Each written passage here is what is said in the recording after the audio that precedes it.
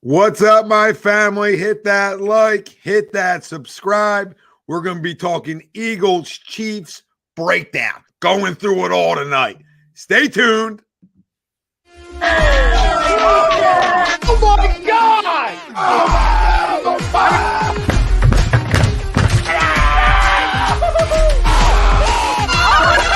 embarrassed! He's flying! Welcome in. It's almost time.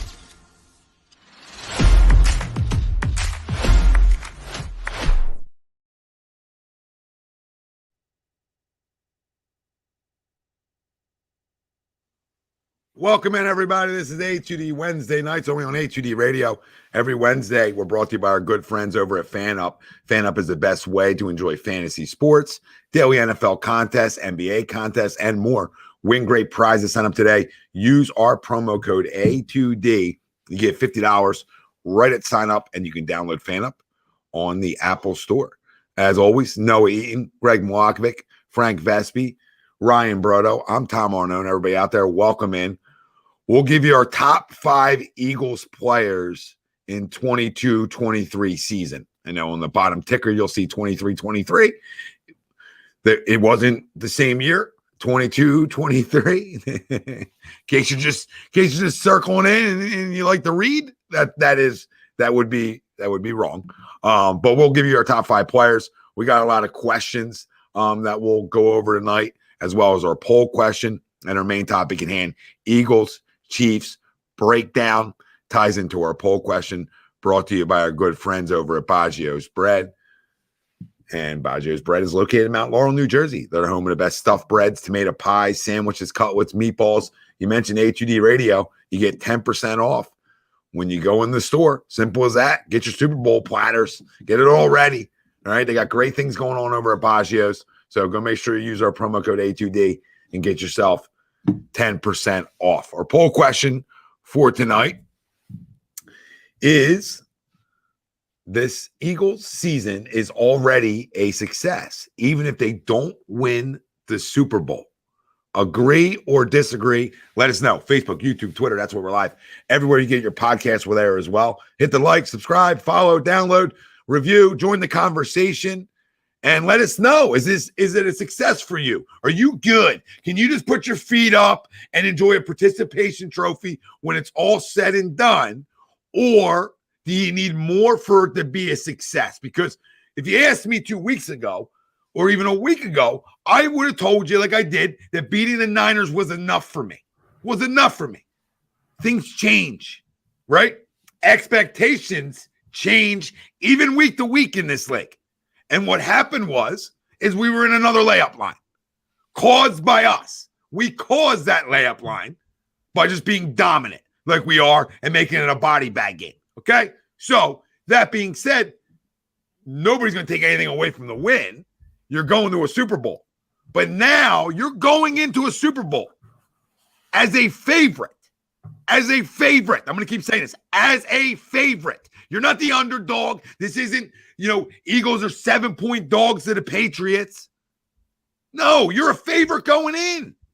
And you don't know how many times you're going to get back, no matter what anybody on this panel says or thinks or the chat, etc. Nobody knows. It might look delicious.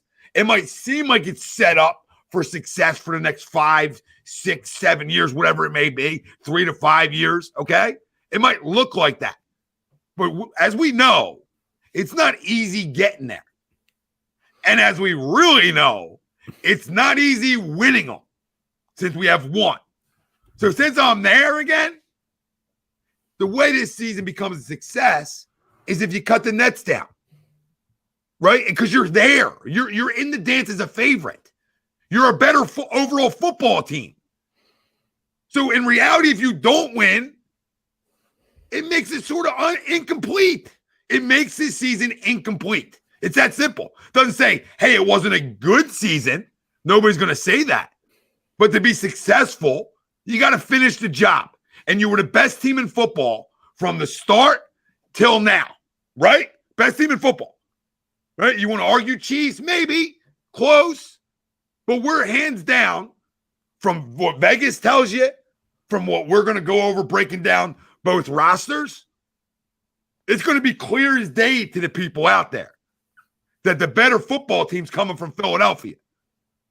So now you're there with an opportunity to hoist your second Lombardi trophy in 5 years and second in franchise history. You better go finish the job.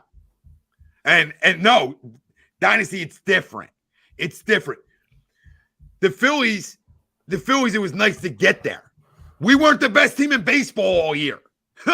Okay? We struggled. We had to fire a manager. It's completely different. That we went in smoking hot and went on a run. So, of course, that's successful. We haven't been to the postseason. These are two separate situations. We can't bring one team in and put it up against the other. They're different. And in football, we know it's a year-to-year thing. In baseball, you can say, hey, we're loaded. We're going to be back next year, right? It's a little different. In football, you're 2 major injuries away from night-night, wrap it up, see you guys next year. Let's start talking draft. No, you're the healthy team. You're going in. You can't get any more healthy going in to a Super Bowl than you are right this minute. Finish the job, and your season was a success. Getting there, not so much. If you snuck in, different story, right, guys? If you sneak into the dance, different story. Well, from week 5 or 6 or 7 on, everybody in Philadelphia thought this was the best team in football. Right? After we saw what we saw, we said, ruh-roh, everybody should be worried. And the postseason, like, I'm not taking anything away from it. But let's call it what it is, guys. Take our homer hats off for a half a minute. And you know what it was? It was you literally in your backyard or on a Fisher-Price net going and laying one in. That's what it was. Let's call it what it is. Now, this is game-changing. You go beat them. You go beat them. It tells me everything I watched all year was real. If you get beat up or you don't look like you belong, right, or you lose, I might have to question what I watched all year. I don't want question marks. I'm in there, you win it, and it becomes successful. You know, I'm not in it for the participation. I'm not in it for NFC title games, especially like we did. You beat Brock Purdy, fully healthy Niners team, and you beat them in a dogfight, then we might be having a different conversation, right? We might be. But the way it's shaped out for us, we're in a glorious situation, and now we got to go finish it for it to be successful. So I disagree. And I know it's going to get people in the chat worked up, because how could you disagree? No. We'll continue to talk about it. Tommy, I'm right on board with you wholeheartedly. Look, ever since this team assembled at training camp, went through the preseason, all right, that's why you lift all them weights. That's why you do all these off-season workouts. That's why you play the entire regular season, go through the postseason, and, all the, trials and tribulations and ups and downs. Well, let's face it. You talk about peaks and valleys. There weren't a lot of valleys this year. All right. Now, you could say the Lane Johnson injury. We overcame that. You could say, Hurts being out a couple games. We overcame that. But pretty much, fellas, from start to finish, it's been pretty smooth sailing. This team has no excuses. I think hands down, we're the better football team. Yes, the Chiefs have had a great year. Yes, they are good. And yes, they will present a challenge, unlike the Niners and Giants did. But at the most important positions on the field, we're the better team. You look on the offensive line, you look on the defensive line, and you look at the skill positions. I think we check all those boxes, fellas, and that's with all due respect to Pat Mahomes and Travis Kelce. But I just think we're the better football team. And as long as we don't turn the football over, and as long as we get off to a good start, I see no reason why we can't win this football game. That there's no excuses. It's time to bring the second Lombardi Trophy home to Philadelphia. I completely disagree with the poll. There's one mission here, and let's go finish the job on on February 12th. As much as we look before the season and we talked about like, hey, just get that playoff win, figure out who the starting quarterback. Now we officially know he's a starting quarterback instead of what he was drafted as, which was a backup quarterback. You know, what this coaching staff is, especially when we look in the playoffs, like there's a lot of empty questions or, you know, that we didn't really quite know what the end result would be. And we were talking, hey, 10, 11, maybe 12 wins if things get really, really crazy in a positive grand scheme of things. But like you guys have both said, and we talked about it on Monday, we talked about it before we even punched our ticket to the Super Bowl, expectations change. And ever since early in this season, you know, we can look at specific games against divisional opponents, certain games against out-of-conference opponents. You saw, hey, this is a real football team, and this isn't a facade. This isn't some storybook, you know, fairy tale type of a season. This is something that's real, and it's substantial. And I completely understand when, like, I don't get when people were saying, like, oh, you know, the Giants and 49ers wins, you proved nothing because, like, yeah, like, you faced Daniel Jones and you faced Brock Purdy for 5 seconds and then Jim Johnson and then, you know, or Josh Johnson or fill in the blank Johnson. Like, there was a bunch of people that you faced for 5 seconds before they got injured. But at the end of the day, you just look at this roster, right? And you can look at Vegas. It's like, okay, you're a favorite for a reason. This isn't a team with a backup quarterback and a bunch of injuries. This is arguably the healthiest you've been all year, or especially in the last couple months. But you look at the roster. Okay, offensive line, one of the best, if not the best. Quarterback this season, MVP or not, especially MVP caliber, one of the best, if not the best. He was in that category. He's an MVP caliber quarterback for a reason.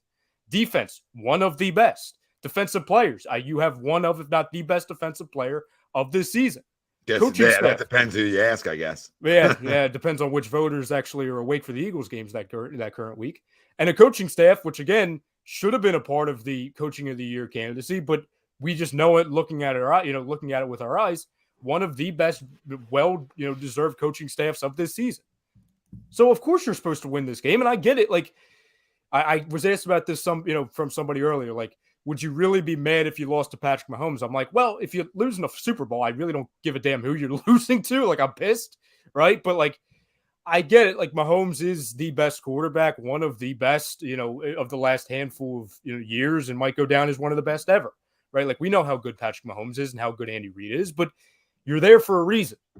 And for everybody saying, oh, it's a cakewalk, you got lucky to be there, like, miss me with that stuff. And you're here, and as much as we were excited about the 2-week kind of celebration and the whole one more week thing, you're here, so you might as well friggin' win it. Well, in defense of the people, it is a cakewalk. Doesn't mean you don't deserve to be there. Yeah. But let's keep that 100. Like, that's where we got to take our hats off. If we're fans and this was like the Cowboys, we would say, oh, that's cakewalk. We would be yelling, that's an easy one. Sure. But in our defense, we did this. We played the best football all year. We set ourselves up for the number 1 seed. So you can't control who you play. What I'll tell people is the Giants win is way more impressive than watching Christian McCaffrey throw the football. You understand? Like, the Giants win's the impressive win of the postseason so far. Not because they're any good. They haven't been good since week 6. So in reality, to take my hat off, neither wins like this impressive win. But that being said, we did this. We set ourselves up to say, hey, everything comes through Philly. We can't control who's coming to town, right? And we're really good. But I think we need this win to really shut up people, right? It would be a what if. It would shut up moment. It would be It would be a what if season if you came in and you laid an egg, or if you lost the game, right? Like, and also I can't just flat out put a blanket statement out there like, oh, it's already a success when I didn't see the game, right? Like, that's basically saying no matter what I see next Sunday, I'm still going to be happy with the season. It's like, no. Well, your expectations change as well. So, I mean, just like all of us week to week, yes. Last week you were saying that this was your top season, even if they didn't win it. Yeah. And I'm glad to see, that as a fan base, we shifted from this is awesome. Like we did what we needed to do. We won our playoff game, right? Like I can't go from 2 locks in a century to saying, well, if you don't win, it's a success. Like somebody punched me in the face. Well, You're an asshole. And also, if we're saying that, then we're basically allowing ourselves to think like, oh, okay, if we get blown out, it's still a success. Because, you got there. It's like, no, if you go out and if you come out of it saying like, oh, we gave up turnovers or whatever, or Jalen didn't play well, or the coaching staff got out coached tremendously, like, no, it's different than the Phillies. And I can understand to a degree the comparison because it's like, oh, well, you get there, you're the final 2, it's hard to get there, but nothing's freaking promised at the end of the day. Well, they were unsuccessful too. I mean, it ain't like they got a cupcake roster of a bunch of pennies. No. I mean, they're loaded with money, so it's not like it's a success because of what happened and how you got there. But at the end of the day, I'm still hurt. It's still unsuccessful. It's still what ifs. So the same thing would be said here. But you know how you shut up people? You know you shut them up and prove that you're the best team all year, and this wasn't a fluke, is you go take care of business. Because if you beat the Chiefs, now nobody can say a word. Nobody. Now, if you don't, what happens is, see, told you. I don't want to hear the told yous. I want to go prove it and shove it up people's asses on how good of a football team we've watched all freaking year. And guess what? You know how winners talk? Winners talk about winning. Winners don't talk about it's cool to be here. It's cool. It's so neat to be here. Okay.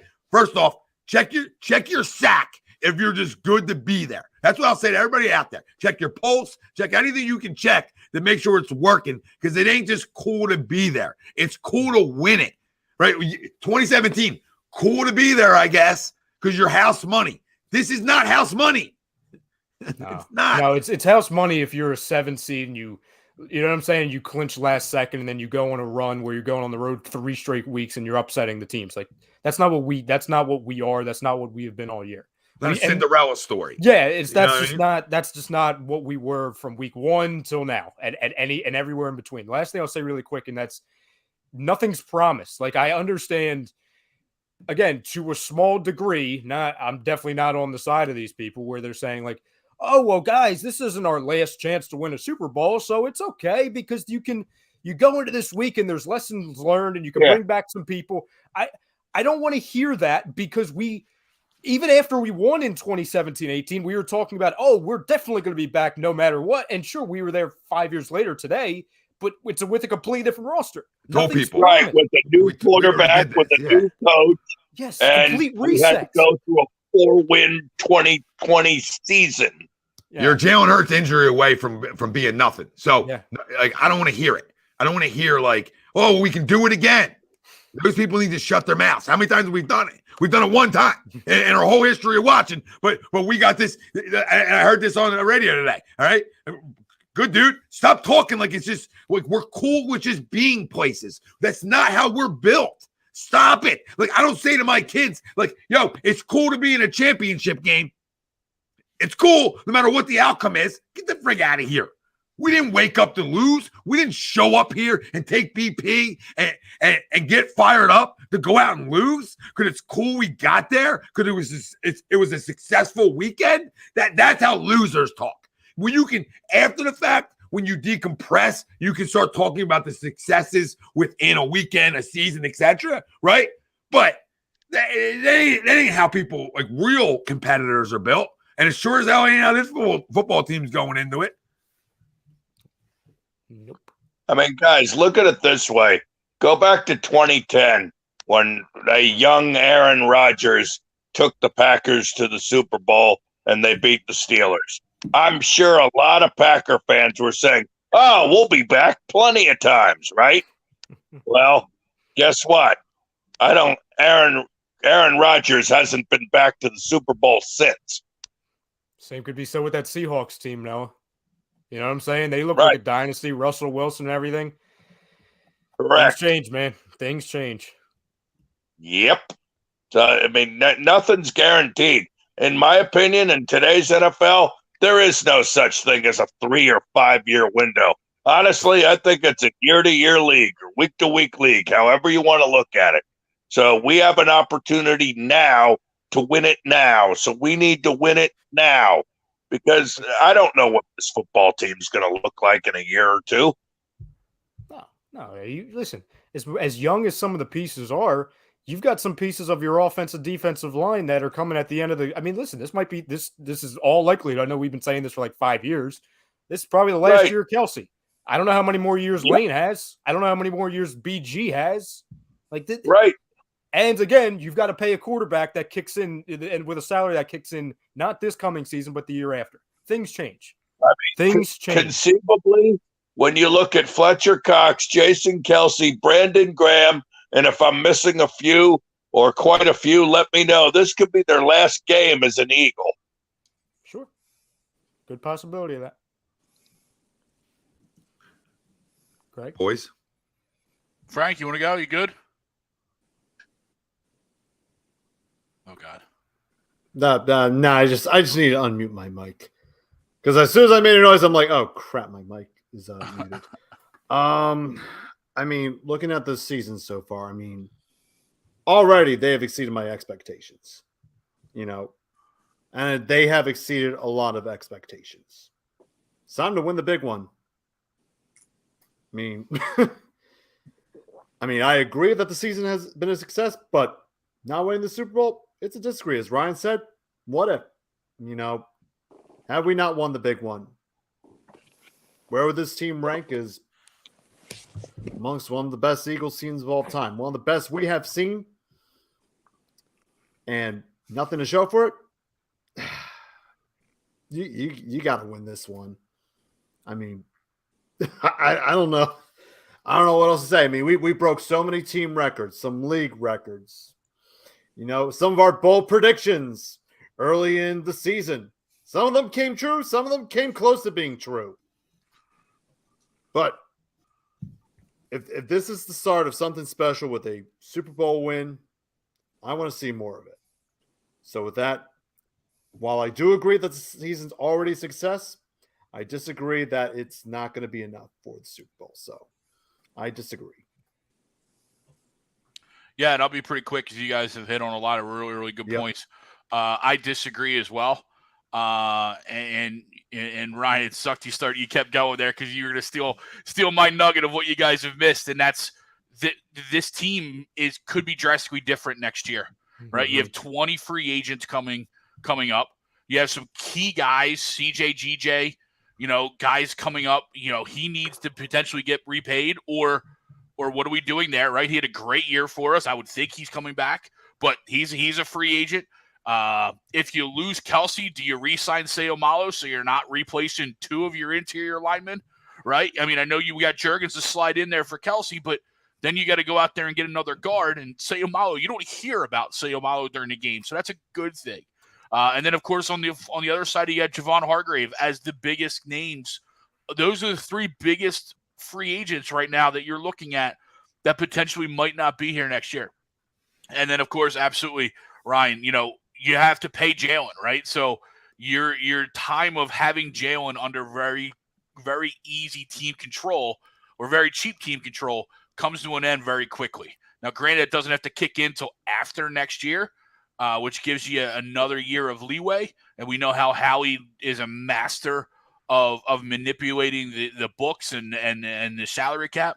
But you have an opportunity. You have an opportunity in front of you where as Tommy said in his opening, you're the better team. You know what I mean? There's individual spots where they have the edge over us, but overall, top to bottom, you are the better team. You have to finish the job, and I feel like they will. I feel like they will finish the job. But in terms of a successful season, no, I'm going to disagree. A lot of more disagrees than I thought. Cromer. Hey guys, no, I'm gonna agree to the poll, and the reason I'm gonna agree to the poll is I believe in being able to move the posts. Expectations can change, but you have to remember where we're at coming into this year, guys. This year it was about let's see if the quarterback is the guy. Is he going to make those progressions and move forward? To me, and we've said this, winning a playoff game was the step forward. Now we've won 2 playoff games, had the number 1 seed, and got to the Super Bowl. So to me, it's a massive exceed of expectations. Now that's not saying that, we can't. Well, you're a Disney guy, so this is right up your alley. You know what I mean? This is a Disney. This is Hey, you know, I can smell you from a mile away. All right, Mickey. I see Mickey. Go ahead, enlighten me. Please keep going and enlighten us all how successful, because we said early on 1 playoff win's all we needed, and we go into all these records and we're loaded and we're on fire, but it's successful no matter what. Go ahead. Yeah, it is. At this point, it's much more successful than we expected it to be. At this point, we didn't expect to be at this point. We didn't expect that if Jalen didn't get hurt, he would have threw for the 4,000 yards, except for me and Greg, that he would have been a final MVP, a top 5 MVP, probably going to be number 2. But he is. But he That's is. the point. But the point I'm making is you all laughed about that to start the season. He has made. I had the most steps. wins out of anybody. This team So has made those I had the strides. most wins out of anybody. Listen, So I'm not saying you sure can't. how much laughing Tom had. That's all. I'm not saying that you can't be disappointed that the team doesn't finish the job, but to say it's a failure of the season means not. And that's Incomplete. Right. Good. Nobody said Go failure. together, bud. But nobody said failure, though. Just that you're late to the party. But just to go through everybody, nobody said failure. It was more of an incomplete. But Okay. I don't think that it's an incomplete, though. The season is a success at this point. I think they will finish it off, and I think there's going to be a moot point either way. However, that being said, now listen, if they come out and lay an egg in the Super Bowl, it's an absolute failure then, because you can't do that. You set an expectation that at the very least, this game needs to be a game from start to finish. Now, if they come out and lay an egg, and Pat Mahomes and the Kansas City Chiefs absolutely outclass them, then yes, I agree with you. Okay. Okay. And I get it. I get that side of it. Sure. But if it's like a field goal game, you're saying, well, we're still really good. if it's a one-score game, to me, that's a top team. They're a top team. They've exceeded expectations at this point. They made it all the way to Super Bowl. Even with 20 free agents, they're going to bring some guys back. They have a lot of draft capital, be able to make moves. I think Howie has proven that we can trust that Howie's going to be able to make moves to fill a lot of these holes. And honestly, guys, we have the guy. We have the quarterback at this point. And I believe that that's one of the bases that you need. When you look at the league and you look at, we're talking about the rookie contract and this and that, but when you look at and I saw it today, when you look at the top paid quarterbacks in this league, right? Pat Mahomes, Tampa Bay had Brady and all these different guys, they're still able to build a team around because we still have a lot of young pieces that are still going to be on rookie contracts. The quarterback's going to get paid. But Howie's going to have to be creative with the cap. He's done it before. He will do it again. I believe that this team has proven that they're a powerhouse. Now, coming out next year, do I think that they need to dominate this division? Absolutely. Because I think that there's going to be a lot of different factors as far as a lot of more questions in the rest of the division. But when I look at what this team has done this year, nobody had them winning more than a playoff game this year. A lot of people, and then I'm not saying just us, I'm saying across the board when you talk national and all that, there's a lot of people that didn't believe this team was going to run roughshod through the division, let alone the NFC.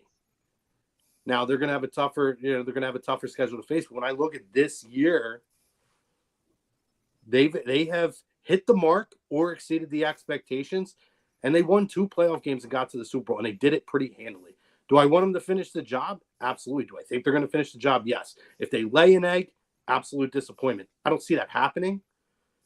And I think that, to me, this team, this is a success because I think this rebuild happened a lot quicker than we thought it was going to happen, guys. No, but listen, like I said, everybody had different win totals. I had 12. I'm not going to sit here and say I had them going on an NFC title game. You know what I mean? I don't think anybody's going to start saying that that's where they thought they were going. But after week 5, week 6, week 7, I mean, once we saw it, that's where it's like, okay, yeah, this team's really good. And then as it continued on, they continue to play good football, and Jalen obviously goes down for a second, right? And then you're like, all right, well, you got to win the Giants game, which they take care of business. And then, San Fran game's like an incomplete, even though we created the problems they had. Fine, little incomplete to all of us, probably. So now you go into this game, and it's like you're almost gift wrapped because of how great you played it, an opportunity to play in a Super Bowl, right? And we can assume that the NFC isn't going to be as strong moving forward as the AFC, but you don't know year to year, right? Like year to year, things happen and teams nail draft picks, and they get better quickly. So you never know how it's going to shape out moving forward. And should we dominate the NFC East at least at minimum for the next 3 to 4 years? Sure. But that being said, just like this year, we're a Hurts injury away from not being nearly as good, and our roster's loaded. That's where it's like, that's where I'm like sort of would have catch 22 because it wasn't. Nobody's going to say it's a bad season, right? Because it wasn't. I think the thing we're looking at, right, going forward, right, our biggest competition, San Francisco, right, at this point, has no idea who the quarterback's going to be next year. You're talking about Minnesota with Kirk Cousins alone. Questions already answered there. There's nothing else to say. You're talking about Dallas. Are they going to have Zeke? Are they going to have Tony Pollard next year? They have a ton of question marks. They're going to have a new offensive coordinator next year. Probably a better one. That, Mike McCarthy's going to run the offense, but there's going to be a lot of question marks. Probably better than him, I would assume. Dallas. Look at the Giants. I like Brian Daboll for them. I think he's had a phenomenal year. But are they going to have Saquon next year? Because I think Daniel Jones goes back. They may not have Saquon next year.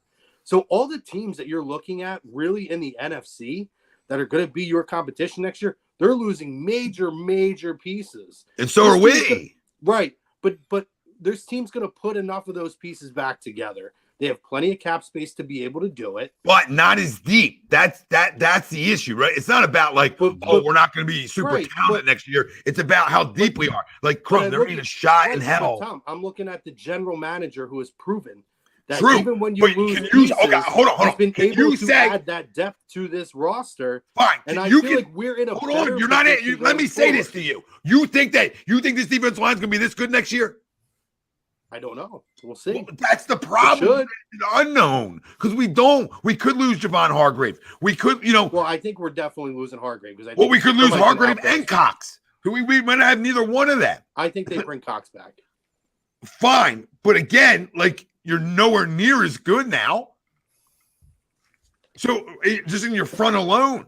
So I mean, it happens to everybody. I'm not saying it doesn't happen to everybody. But you have a major opportunity in front of you right now, and I think we all agree on that. You do, absolutely. Like that, like I'm not going to, again, it's not a failure of a season. Let's all make that clear again. It's not a failure. It's just, to me, it's incompleteness. Because, like, if you lose by 10, incomplete. Even if you lose by a field goal, it's incomplete because you're the favorite. That's where the success comes in. If we're a 2-point dog, well, then they're better than us. But we're coming in, not the majority of the masses saying this, Vegas saying the Eagles are a favorite. We're not used to that. So going into a Super Bowl, our first one ever as a favorite that we've watched, I don't know what 1980 was. I don't know if we were a favorite or not. But the last 3 we watched, we've all been dogs. Or the first 2, we were dogs, right? 1-1. Now we're going as a favorite. We're not used to that. And I think that's where, we're so used to saying if our teams get to the big game, that it's successful because we're not used to it. So what I'm trying to do and how I'm speaking is to change our fan culture and saying, you know what? No, enough. We got 6 at midnight when NFC title games in the 2000s. We've got nothing out of it. So I don't want to be the fan base that talks about NFC East titles. Not saying you're saying this, Scrum, just in general. I don't want definitely not saying that. Or been there. We were there for 10 years. Yeah, well, we want another NFC title game. Cool. I don't care. In the 2000s, we thought we were going to be there every year. Every year. And a lot of years we were in that with an opportunity. Nothing's guaranteed. We thought we would win one at some point with Andy and Donovan. Just like we think, we'll win that one at some point with Nick and Jalen for sure. Well, guess what? Nothing's given next year. So you were the best team in football. Go do it. Go finish it. So, I hear what you're saying. Because it's not a shit season. Right. I mean, I would be disappointed, and they should win this game. I really believe that they should win this game. But that being said, it's football. What we were coming into, right? From what we came into the season, and even if you were moving the goalposts back all year, I still think getting to the Super Bowl is a success. Because even if we move the post back from, we thought divisional round, right? Or a wild card round win, maybe divisional round, this and that. Moving the goalpost back multiple times it's a success. Is there still disappointment? You could be disappointed in a success. The only way it's successful is if you win one in the next couple of years. That's the only way. It's a springboard. The only way this is a success if you're back next year, right? With an opportunity to win it. You say, okay, well, you know what? Last year was, our coming out party. Like, hey, we're going to be here for a while. That's a different story. Then we can look back on this poll and say, you know what? 2022, that was a great year because that got us to the level we are now, right? I think one of the key things that does work in our favor, and I know we may lose Miles, but overall, when you look at the key pieces on this team, as far as the skill positions, we're keeping all of them are locked in. That's important, I think, as far as because the quarterback is going to need those skill position guys, right? Yeah. So he also needs the best center in football too. Right. I'm not jabbing you. I'm just like talking like that's a major loss. That like Cam Jurgens might be awesome. I don't know, but it's a major loss. And like talk about Lane, like Ryan said earlier, there's so many moving parts where like if Kelce, I don't know how many more Super Bowls are going to be favored in. That's my point. Right, you're right. And if Kelce's going, listen, you're not just losing any center, right? You could have a top 3 center fill in, but you're losing a Hall of Fame, probably the best center of the last 12 years in the league. And that's a blow. It's something that you can't replace, right? It's like baseball. You can't replace Yadier Molina. I don't care who the fuck you put in there. It's the same thing here. You can't replace Jason Kelce, but it doesn't mean that you can't fill somebody in that position to where it's not a massive, drop off in terms of being able to fill that position competently. I think that they will do that, and I think that we talked about this before, right? We're pretty sure that. We don't know about Sayamalu. I think if they bring Kelce back, maybe they let Sayamalu go because they don't want to lose multiple guys in different. It's tough to lose multiple guys. Line either. Yeah. I mean, we'll obviously have plenty of time to dissect that. But yeah, I mean, I think that they're obviously keep majority of the guys that are walking. They're not going to let everybody go. So let's get into our next little conversation here, and that is.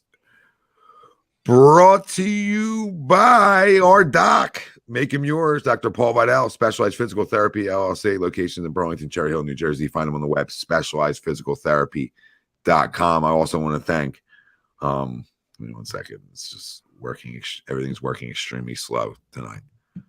It's one of those nights. Hopefully the Eagles don't. You know what I mean? Hopefully the Eagles don't follow suit. But we did have a super chat. Just trying to get back to it. Oh, Khalid. Yes, but we're not getting back to that. All right. So we're going to rank our top 5 Eagles players from this season. And whoever wants to go first can go ahead. Did you want to go to Khalid's super chat, Tom? We put it up here if you need it. It's not showing. Khalid, thank you, sir. Oh, now it is. Khalid, appreciate you don't get here very much. We need this win. We've only been here 4 times in our entire history. We must take advantage of this opportunity. Go Birds. Yep, you're right, brother. You're right. Let's go do it. All right, top 5 Eagles players from this year. Noah? Yep, here we go. I'm going to let it rip. Number 1, Jalen Hurts. Number 2, heart and soul team, Jason Kelce. Number 3, go on the defensive side of the ball. Got to be Hassan Reddick. Just constant pressure on the QB. I can go the whole D line there if I want. No, number 4, gotta give me AJ Brown. Number 5. Give me DeVonta Smith. Interesting list. I'll go because I'm going to be way different than all of you. So I'll just get it out of the way. My number 1 on my list this year is not going to be the quarterback. It is going to be Hassan Reddick. Ooh. He is the most disruptive force that once our coach said, go get the quarterback. I mean, the guy's unbelievable. The guy changes games. Like changes games, changes outcomes of football games. I mean, he's unbelievable. If they win this Super Bowl and he's dominant again, he might arguably be the best defensive player that we've seen. Honestly, he might be the most disruptive defensive player we've ever seen. Maybe even better than a safety that played here, just because of how it's a different position. So it's a little different the judge, but just how disruptive he is. I mean, it's unbelievable. My number 2 is, again, not going to be the quarterback. That is going to be the best right tackle, if not the best offensive lineman in all the National Football League, in Lane Johnson. They're the 2 pieces. You win up front, those 2 guys start the party. Now I'm going to go to my great quarterback who had a hell of a football season. He's number 3. Love me some Jalen Hurts. Love the improvement. Love the work ethic. And number 4, I'm going to go not with A.J. Brown. I'm going to go with DeVonta Smith. I think DeVonta had a tremendous second season. I think he's extremely reliable for us. So I'm going to take him number 4. And number 5, I already gave my offensive line. So, obviously Kelce could always be on the list. We know how dominant he is. I'm going to leave him off just for shits and giggles and go a different direction. But I'm going to stay on the defensive side of the football, and I'm going to go with my son, C.J. Gardner-Johnson. I mean, his impact immediately, when you talk about wins in the National Football League, they come down to, can you get after the quarterback? We do. And can you take away the football? We did. And he's a huge part of that reason on why our turnover differential was what it was and why we were winning games the way we were. So my list is a little different probably than everybody else's, but that's just off the cuff. Can't argue with it, though. Tom, you know what's funny? I thought I was going to cause so many arguments tonight because I wasn't even doing it on purpose. I was I just had a different view of things. Mine's the same as yours. I just flip-flop a couple orders to be complete. Nice. I'm not alone. People. I thought I was going to really piss people off because I didn't have the quarterback 1 or 2, and that's not a shot at Hurts. It's just that there's some first ballot Hall of Famers or Defensive Player of the Year that I have over him. And that's fine. The best offensive lineman that's ever wore an Eagles uniform. That we always talk about Jason Kelce, rightfully so. Lane's better. He just didn't have the speech. Kelce's awesome, and he's the best center in football. He's Jason Kelce, but better without the beard and the speech. Yeah, and both first ballot Hall of Famers. Absolutely. So not taking anything away from Jason, but I think we haven't got the opportunity to see no Kelce, so I don't even want to talk about that. But we've seen no Lane. And we saw it all December.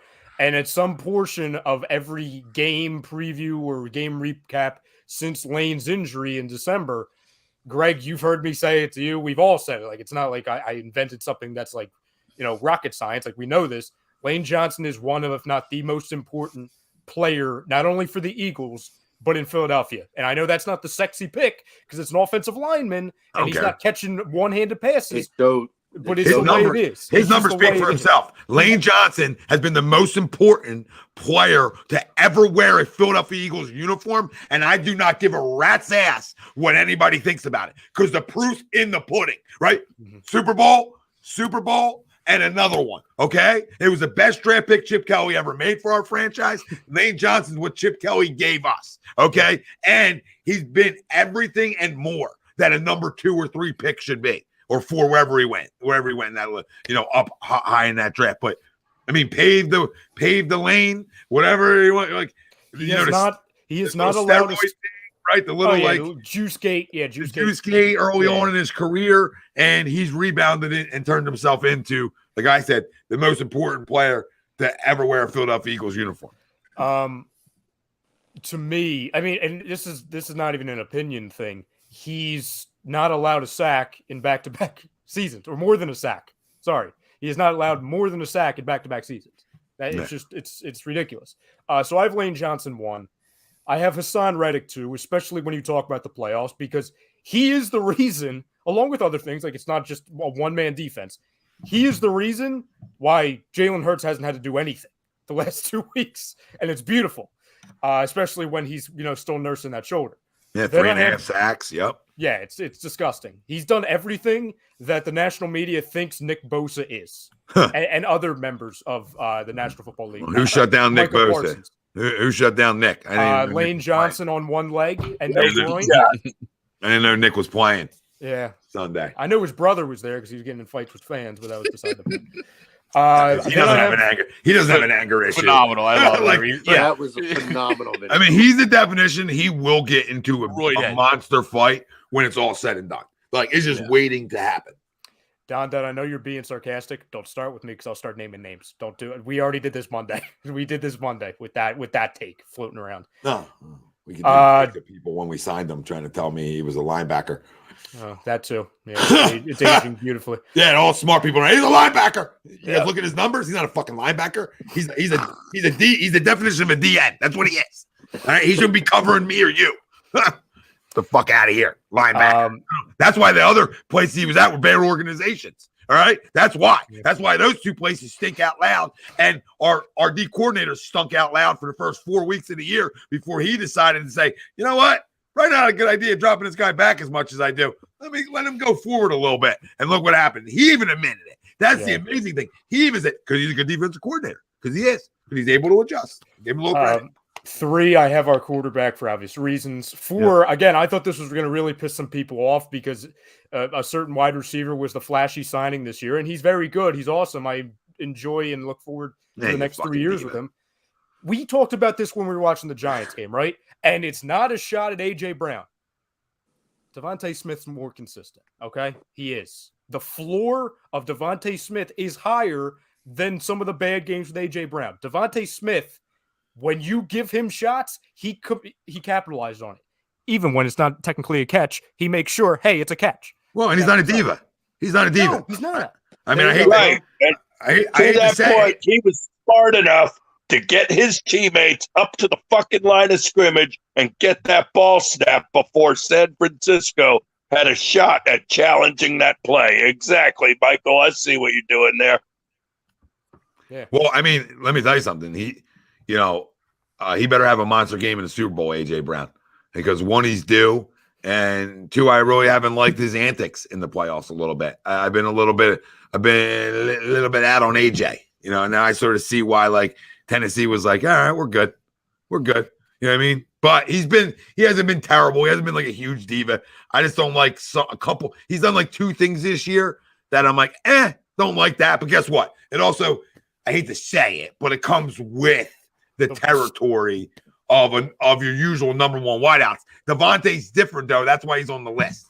Okay, because he's a different breed. He ain't about DeVonta. He's about winning.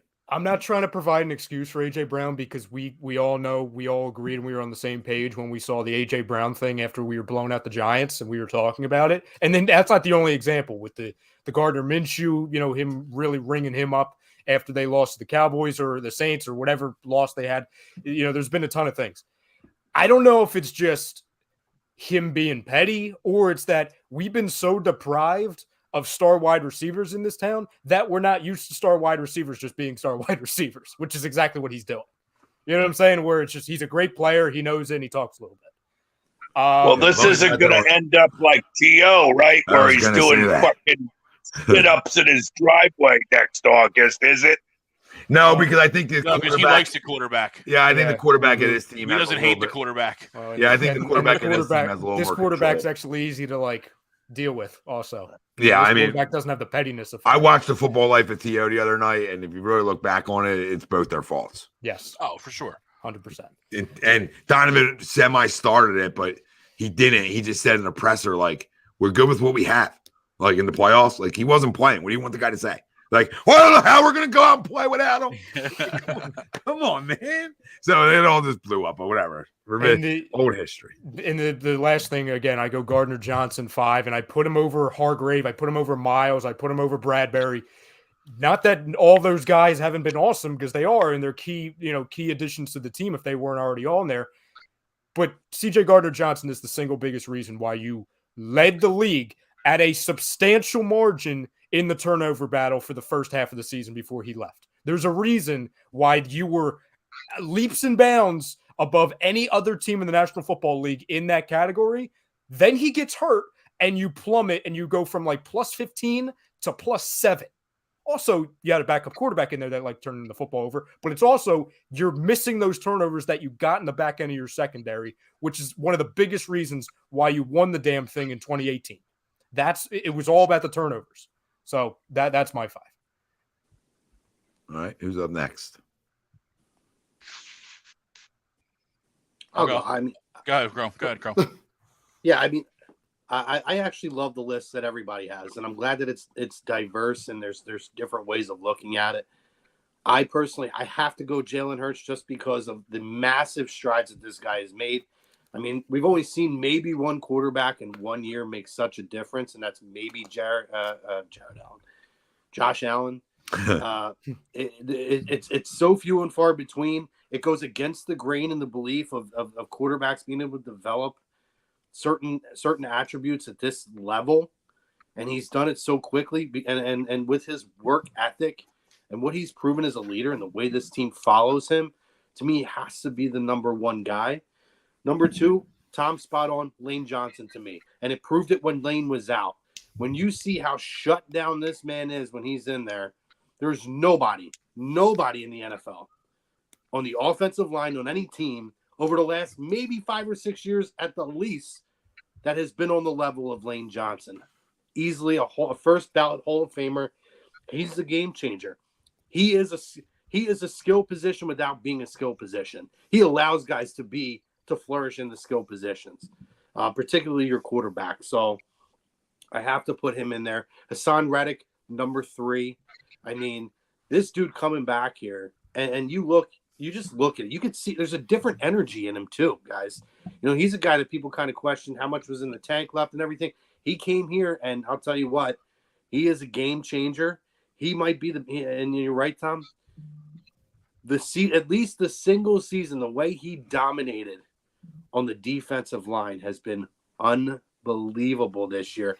I don't think we've ever had a guy. I mean, Reggie is Reggie, but outside of Reggie White, I mean, that's the minister of defense. I get it, right?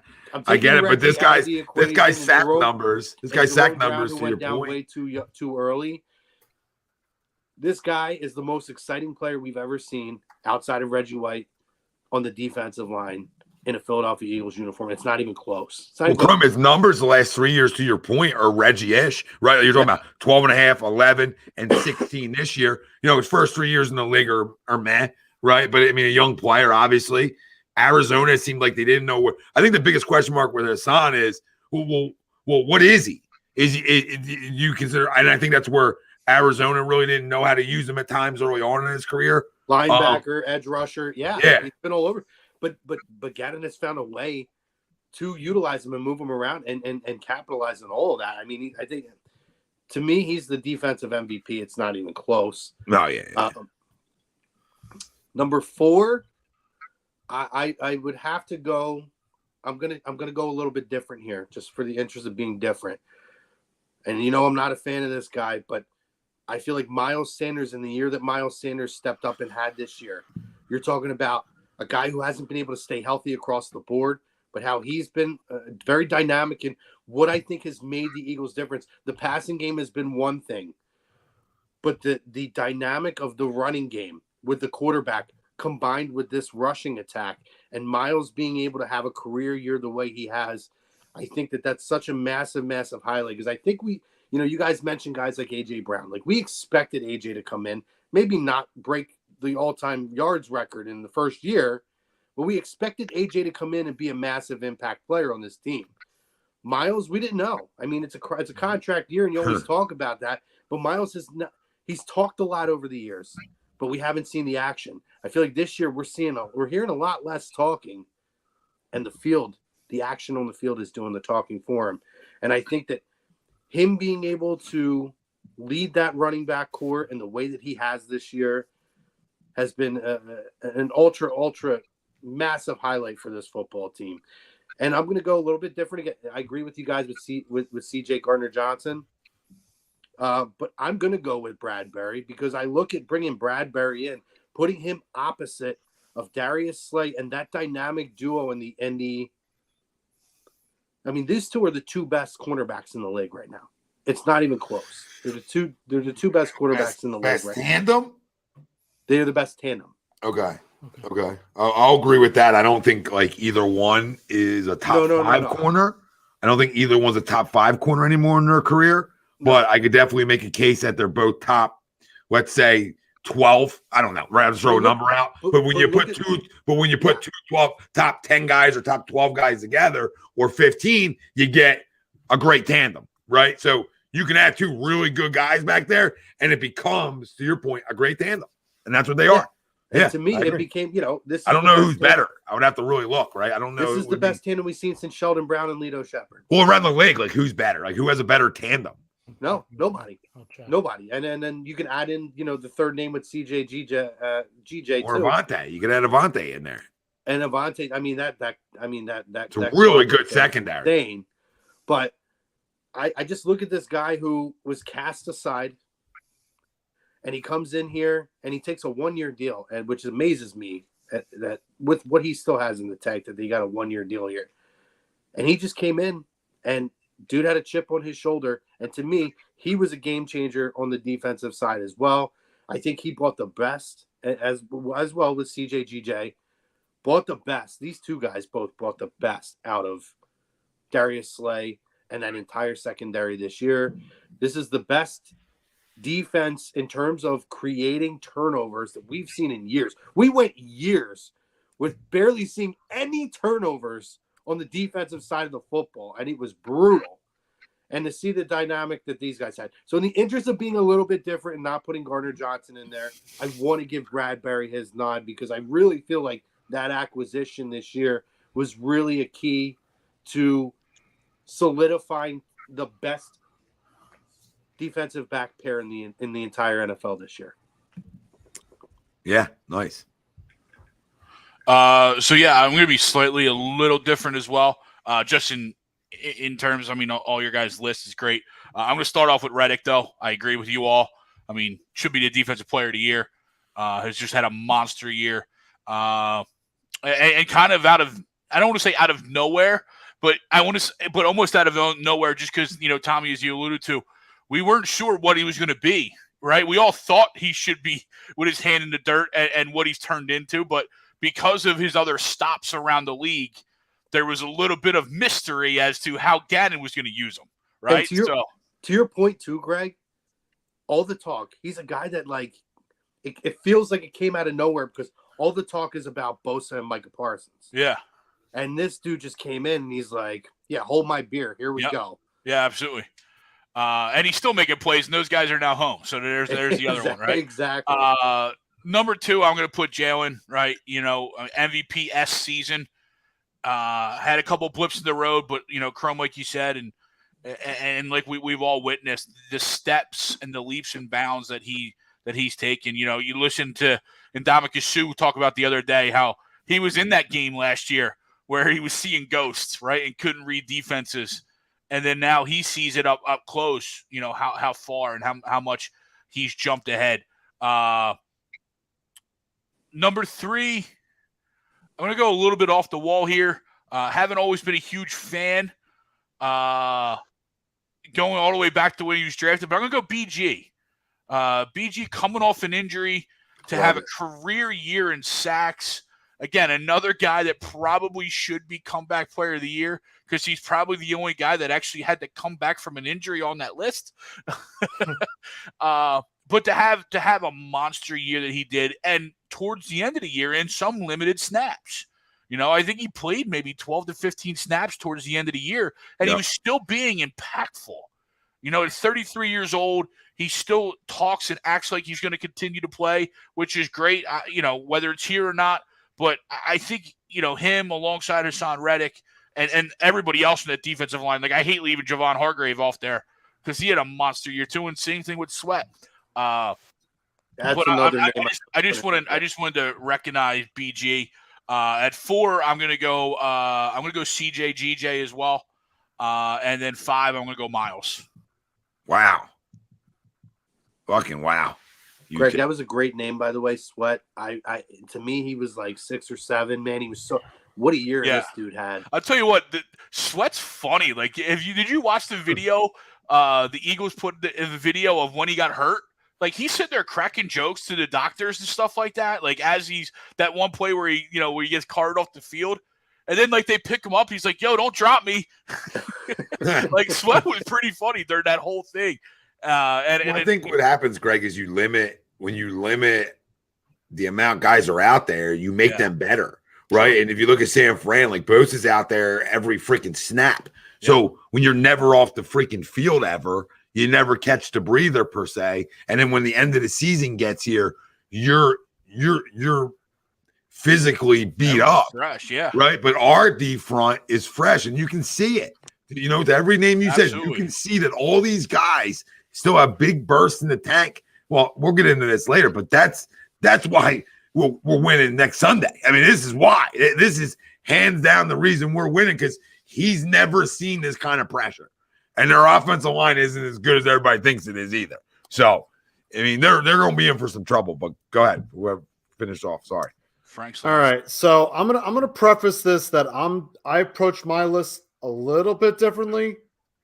And I know Jalen Hurts is on everybody's list. That man deserves a whole throne of his own, so I'm excluding him out of this list. He deserves a fucking throne, Jalen Hurts. He deserves a throne. I know he's going to be on a lot of people's lists. I'm like, you know what? I'm going to go a little different. Can we wait till next Sunday for that? Possibly. But Jalen Hurts, he's on a throne right now. I'm not putting him on any list. He's got a throne. He's got a crown. It's the damn throne, man, of gold swords made from everything. I get nervous when Frank says he's going different than everybody. I am going different. Taking a different approach. Hey, Frank. It's definitely different when you don't speaking put of the the throne, quarterback I got to go sit on the throne, and then I got to go to bed. You guys have a great night. Yep. Go Birds. See, well, we'll talk next week, Noah. You know what I mean? Lock in. We got a whole another week of the circle jerk. Yes, sir. So, see you same time, same place next week, baby. All right, sounds good. We'll keep See you, bro. We'll keep the lights on for you. Yeah. Okay. That's what we do. Chrome. It's definitely a different approach when you don't put the It's a quarterback different on the team and the MVP. Once again, it's nothing. There's nothing bad about it. The guy deserves a throne of his own. Oh, okay. And it's a very good throne. So the list. So my list. All right. Number one, I'm going to go with Hassan Reddick. I mean, one of the early free agent signings by Howie Roseman. Huge impact on the defense. I don't know why he's not on the list for Defensive Player of the Year. It confuses the hell out of me. But, 16 sacks, a great season by Hassan, a great signing by Howie. He's definitely number one on the list. A huge impact on our D-line. He made our loaded D-line a whole lot better. Even better as it was. Number two, I'm going to go with DeVonta Smith. We all talk about that sophomore slump. He's gone so much better from his rookie season. Almost 1,200 yards, 7 tutties.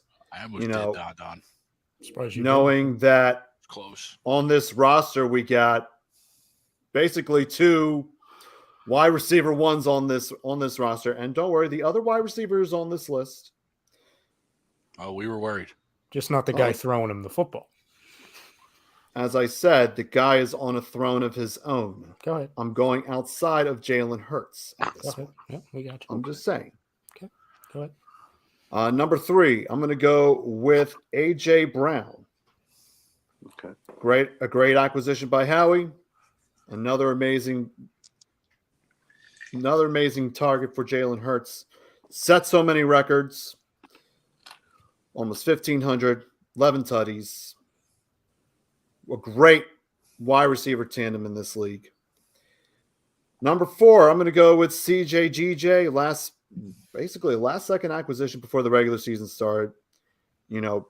Definitely made the secondary one of the best in the league for a good period of time until he went down. We had at one point the best turnover differential, and then San Francisco took it. Then my last one is going to be Miles Sanders. A lot of Miles. Jesus. Mary and Joseph. Came a long way on these airways. Unbelievable. Mm-hmm. Not mad about it. He's had a really good, Contract year. This is what Contract guys do. year is this the swan song for him? And Oh, he can swan his way right out of fucking town. You know what I mean? I mean, with all due respect, guy had a great year. He had a great year. Agreed. I got a running quarterback. If I got a running quarterback, contract. I can go replace. That's the easiest replacement next year. Go get me for his Tony football Pollard. team. Easiest replacement is running back. Costs more than Miles probably. Coming off an ACL injury I thought it was his fibula. or whatever fibula. Yeah, but they said he's ready by camp. Oh, did they? Yeah. Go get me Tony Pollard. That's what I heard. So. I'd be shocked if Dallas lets him not if they don't overpay for Dallas. Oh, I mean, Robert, yeah, at some point I'll be drafting a running back. I'm not doing it in the first round. But I mean, maybe, if Robinson's there at 31 or 32, I mean, that's pretty much a second round pick anyway. So, I mean, it just all depends. There's Right? good running backs out there this year. You should There's kind of good running backs. You should kind of draft a running back. I'm not saying in the first round. You should kind of do it like every other year. Yeah, It's he's every always year. doing it. I mean, Kenny's a good pick. He's not a number one, but you see what happens when you have a guy that like hits a hole quickly, though. It's not a shot at Miles. They're different types of runners. Miles is more chop, go, where there's other running backs out there that are more one step go, right? There's different styles of runners, right? And I think what you saw when you have a one hit and go guy like Kenny, he saw some of the explosiveness, and you see it from Miles when he does it like that, right? I thought he's done a better job of that this year.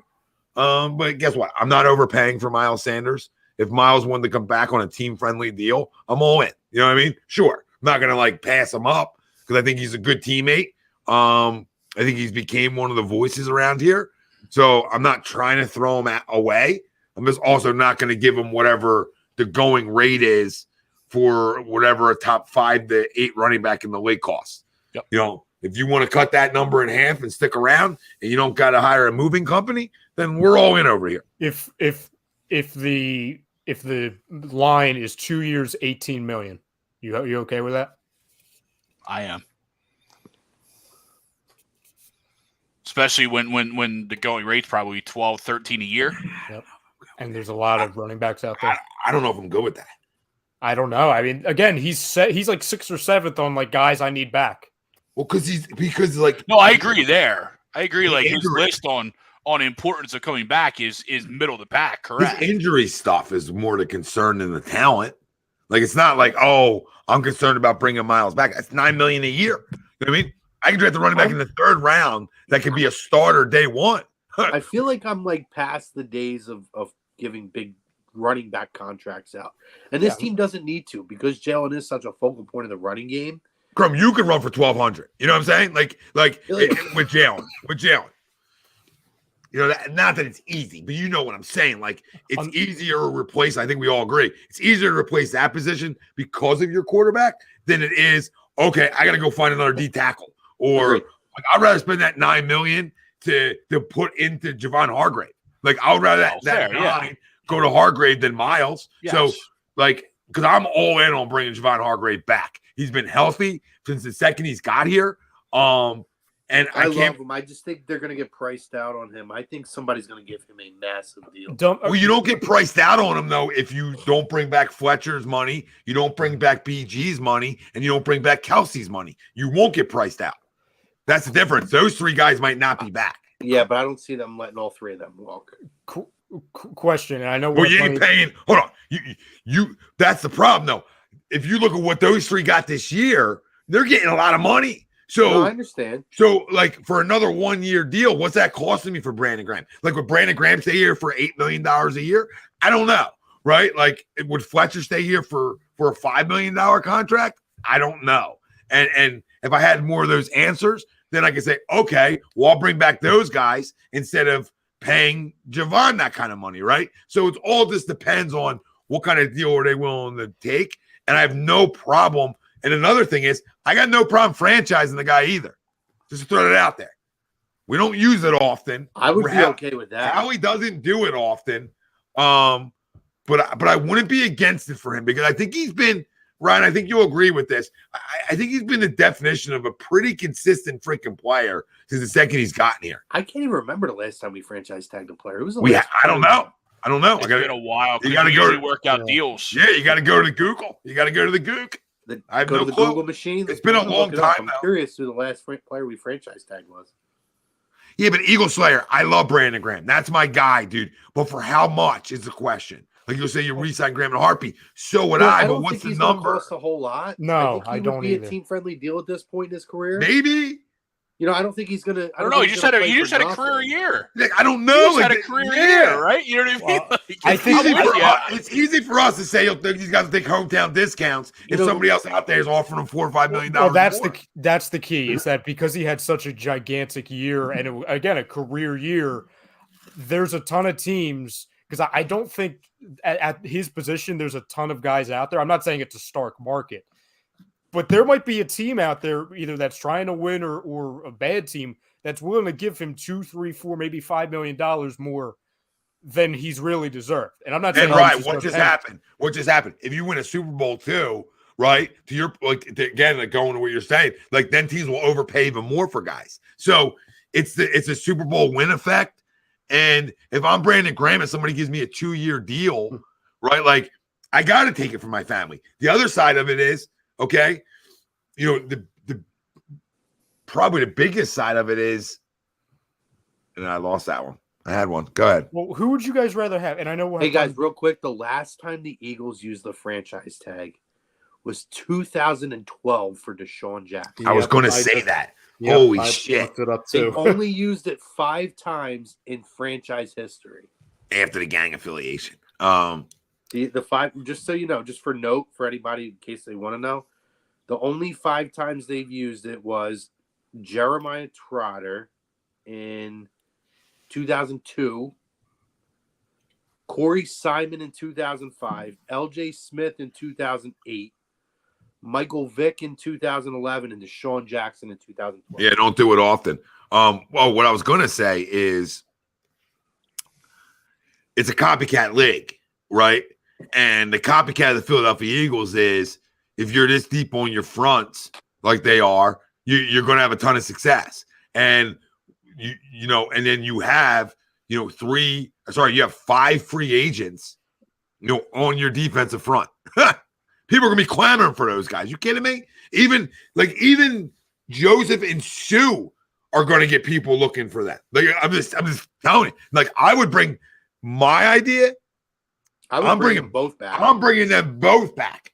I would bring them both back. Early on in the year, they're getting like 8 snaps a game because I do have Jordan Davis too, and Williams. But I don't think Jordan Davis right now is a 3-down player. So, you know, I would like to have those veterans still because I think that's important for this locker room too. Like if we lose all those guys, there's 5 guys right there that are big time locker room presences here. That's the concerning side, right? Who would you It's guys interesting. According to Spotrac, the market value for Brandon Graham is only $3.3 million.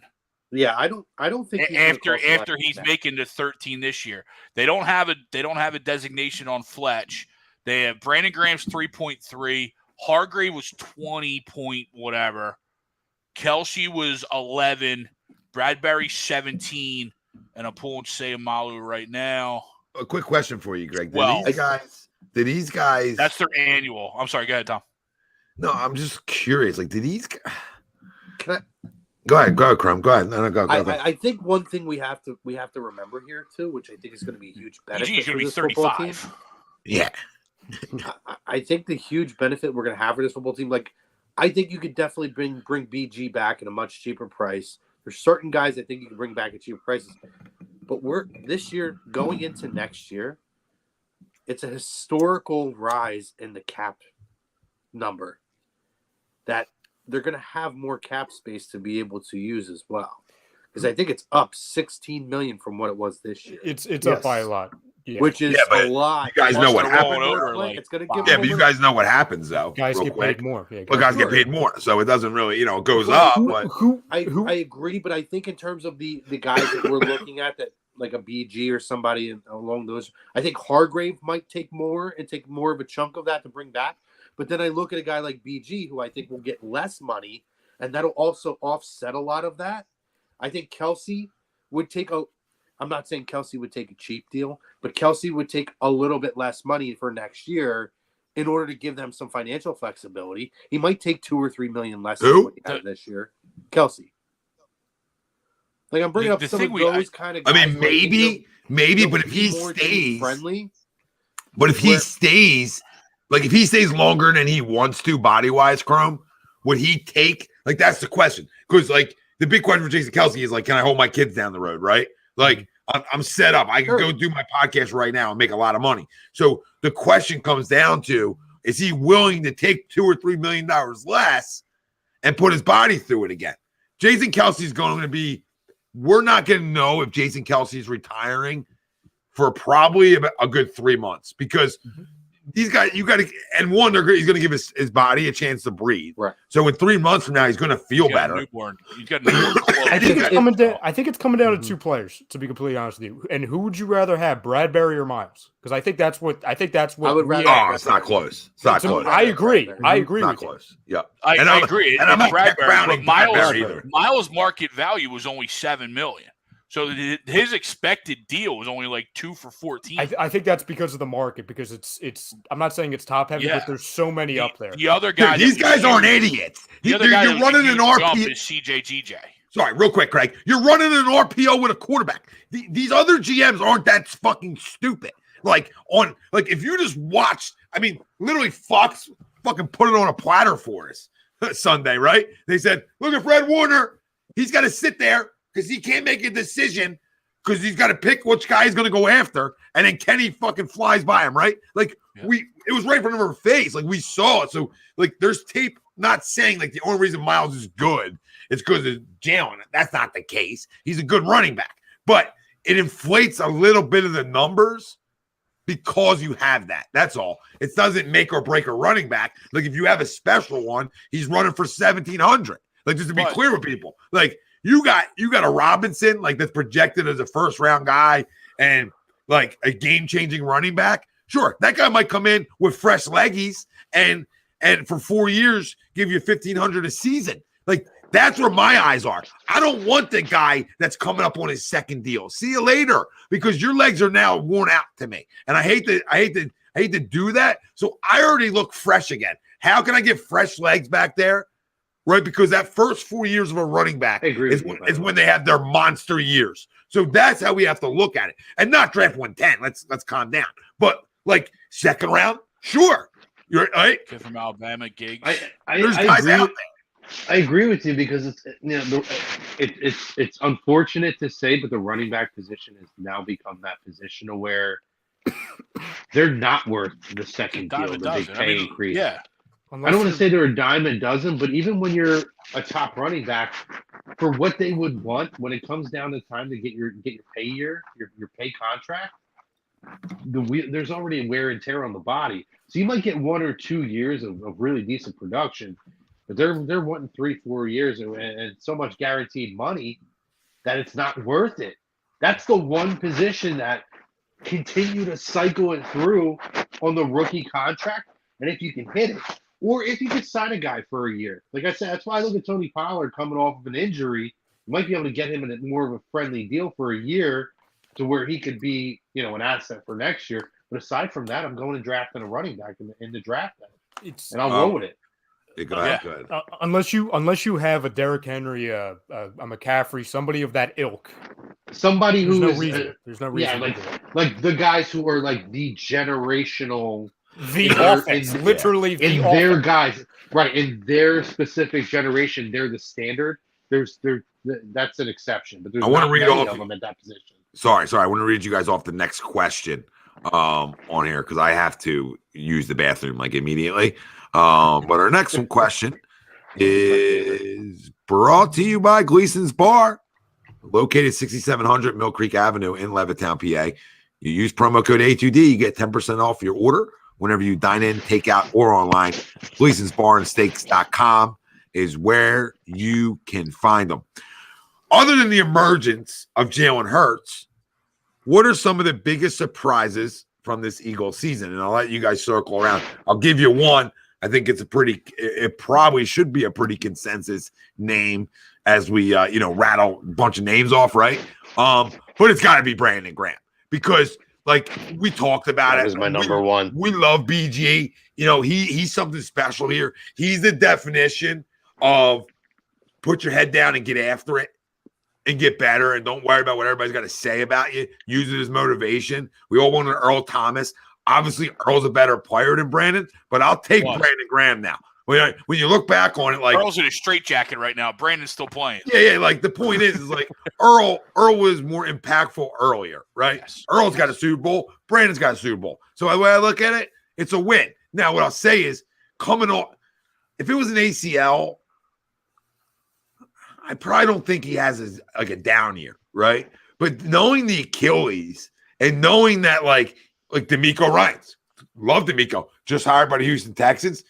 Freaking awesome job. Congratulations to him, man. Yeah, I think great hire. He's an A+ guy. He's a former player. I think guys like playing for guys they know. That dude's gonna be a great head coach. He'll change the culture there. But that being said, when we signed him, it was the Achilles. And that year, we had to keep reminding ourselves that let's see how he is next year. And the following year, he sort of had his explosiveness back that made him a Pro Bowl or All-Pro type player. So with Brandon, we did the same thing with Kiko Alonso too. Yeah, we thought, okay, made that trade. Can we get him? You know, did Brandon gonna have 4 sacks this year? Like that's a win. You know, when does he start playing? Week 8, really? And from the very beginning, it was like, guys still gonna burst. Like, is the fresh one better? Like the fresh Achilles better? Yeah. Gave you a little springboard. Like what they put in there? So the Henry Rowan-Gardner shoulder. Yeah, there's a lot of things you can say you didn't expect this year, Henry Rowan-Gardner. There's a lot of things we can sit back and say, well, we didn't expect that, right? Yeah. But like as a consensus group, like we were gonna have different opinions on what we expected and didn't expect, but that one's a clear one. Like I don't think any of us pre-season were like PG's double-digit sacks. Guess what? He'll have his career high this year. I said that if we got more than 4.5 sacks, that was a win. Yeah, I think we probably all his friggin' career record. I think we're all like, yep, sounds good. So give some names. I'll be back in a few, and then we'll get to we have 2 more questions after that, and we have we'll go position by position, and we'll rattle them off, and we'll be out of here by we'll be out of here in 25, 30 minutes. All right. Well, Greg, you don't fucking believe that? You don't believe it? If you don't believe it, hit the like, hit the subscribe. Stay with us for a while. Love to have you. Don screaming 2 more hours. 2 more hours. No. Well, I mean, I love Donnie. Donnie can say whatever he wants, but Swoop's like, you got to do a show every night next week. Swoop. Well, there are shows that are going off every night. So, well, even if there wasn't, we're good. We got enough. And maybe some extra shows. We might have some extra shows going on. Let's see. Maybe some extra shows with special guests. Maybe. Well, we know for sure we're going to have a roundtable show for the pregame. We know for sure we'll have agree disagree after the game. So the things are locked in.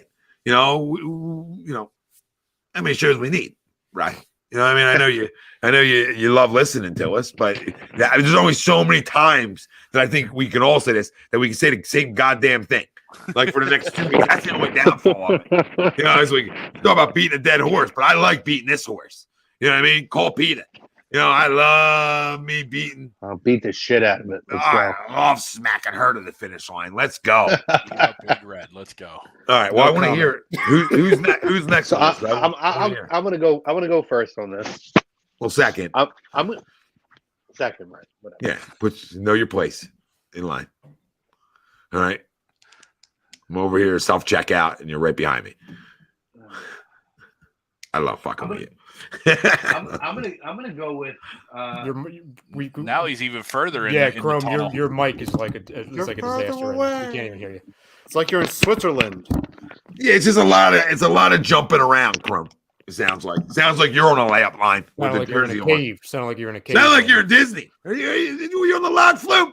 How we doing now, boys? We good? We better? Yeah, it's beautiful now. Beautiful. Yeah, you have bottles of Space Mountain over there. Bottles of Space Mountain. Did you shower with bottles from Space Mountain? Hey, listen. Splash Mountain. Sorry, Splash Mountain. All right, Splash. Don't do that. I should have been collecting like vials of the water and selling it on eBay for $1,000. Oh God! Are any of them actually selling, or are they just up there for sale? There was a couple that had bids on it that had like $8,000 on it. That's incredible. I can't. How do you prove that? Yeah. It's like the Disney dollar black market. All right, go ahead. Who's your guy? Let's go. All right, we're talking about. I was talking about getting out of here in a half hour. Yeah, I'm like Yeah, that. yeah, Just, yeah, I was let's going to go. say that took 25 minutes just getting Yeah. to the second thing. What was it? Surprises? Jesus, Biggest you want to go second, but You know, now I'll go because I have. No, you remind me of the lost. question. You lose. I got it in 2 You seconds. lose. Whatever. You lose. Go, Frank. Yes, outside of Jalen, what's your biggest Okay, surprise this okay. year? Okay, I'm gonna go off the cuff here, really off the cuff here. In terms of where we were at when we were really struggling with our run defense, bringing in Joseph, specifically Ndamukong Suh, and I feel like him coming in and I feel like in his spots where he's come in, he has made a really large impact in terms of that interior defense. I think he's been a massive, massive addition. I didn't know how much he had left in the tank. I'm surprised that nobody offered him a contract. And I feel like when you watch games now and you look at even right now going into these playoffs, he is constantly in there making plays on the quarterback, getting to stopping the run gaps. I've really, really been impressed with him. So to me, huge surprise that we can bring a guy in midway through the season like that, an aged veteran, and him to have, in my opinion, a huge impact. Because it wasn't just like us having issues. Because at that point we were pretty good with the run defense, but we had injuries. But I mean, it just made us exceedingly better at that point. So I'm gonna go with Ndamukong Suh as my huge surprise of I didn't expect to be on this roster, but has made a huge impact even in a small dose. And not only injuries, though, Crone, to back you up there, you know, something Tommy mentioned earlier. I think they just realized, even though you got hurt, that Jordan Davis isn't a 3-down lineman yet. Yeah. Right? He can will be. build into that, and I think he's going yet. to fill that in there yet, but he wasn't in college, and I'm not saying the draft pick was bad, because when he's in there, he's a dominant. You can tell that he's in there, but he's not a 3-down. He's 26, Greg. He's just 26. He's not a 3-down lineman yet, right? So to add depth at a very much position of need after you realize, okay, this guy isn't there yet, and then of course he got hurt. I agree. It was a very much needed and obviously turned out to be two great signings. Huge 2 great signings, but Joseph over. Suh is a little bit slightly because I just feel like he's always there. He's always on the quarterback. Yeah, he's always there, stopping gaps, making tackles, and again, he's not playing a whole bunch of snaps, but he's playing probably 45% of the snaps, 40% of the snaps. Yeah, but I feel like you constantly see him on the screen. It feels like he's playing more snaps than he is. Yeah. Frank, you want to go?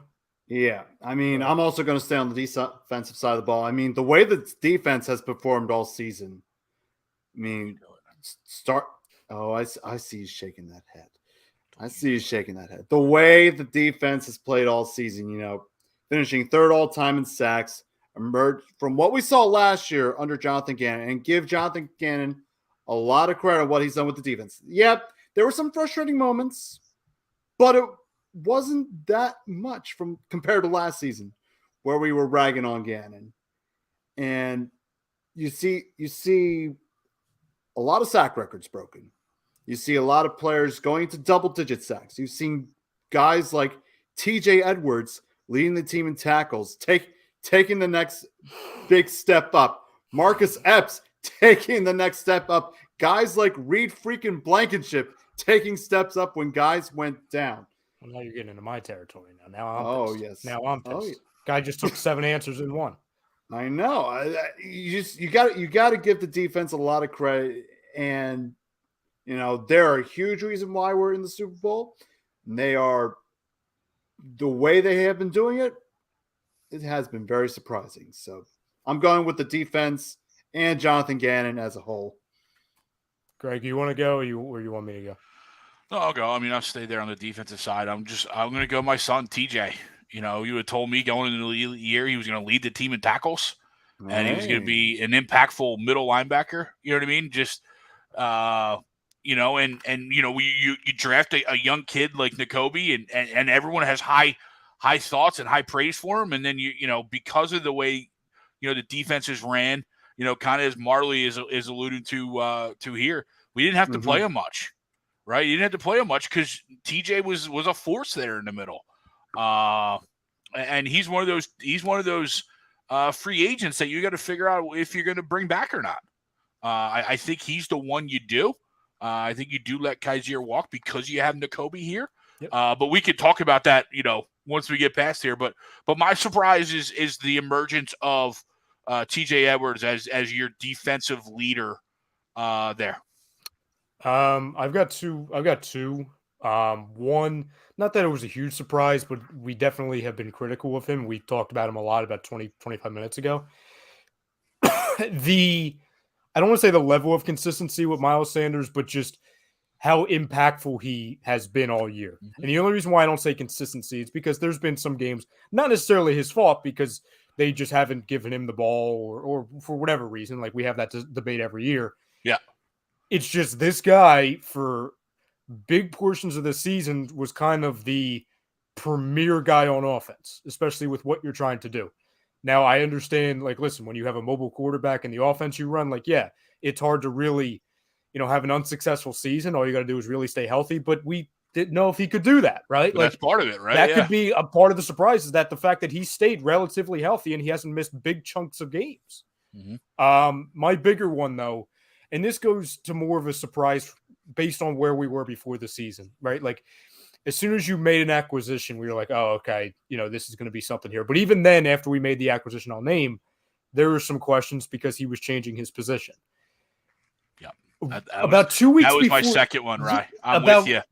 2 weeks before the season, we were all hyped up. We were ready to go. And not just us, but the fan base, we were saying, does Howie Roseman hate safeties?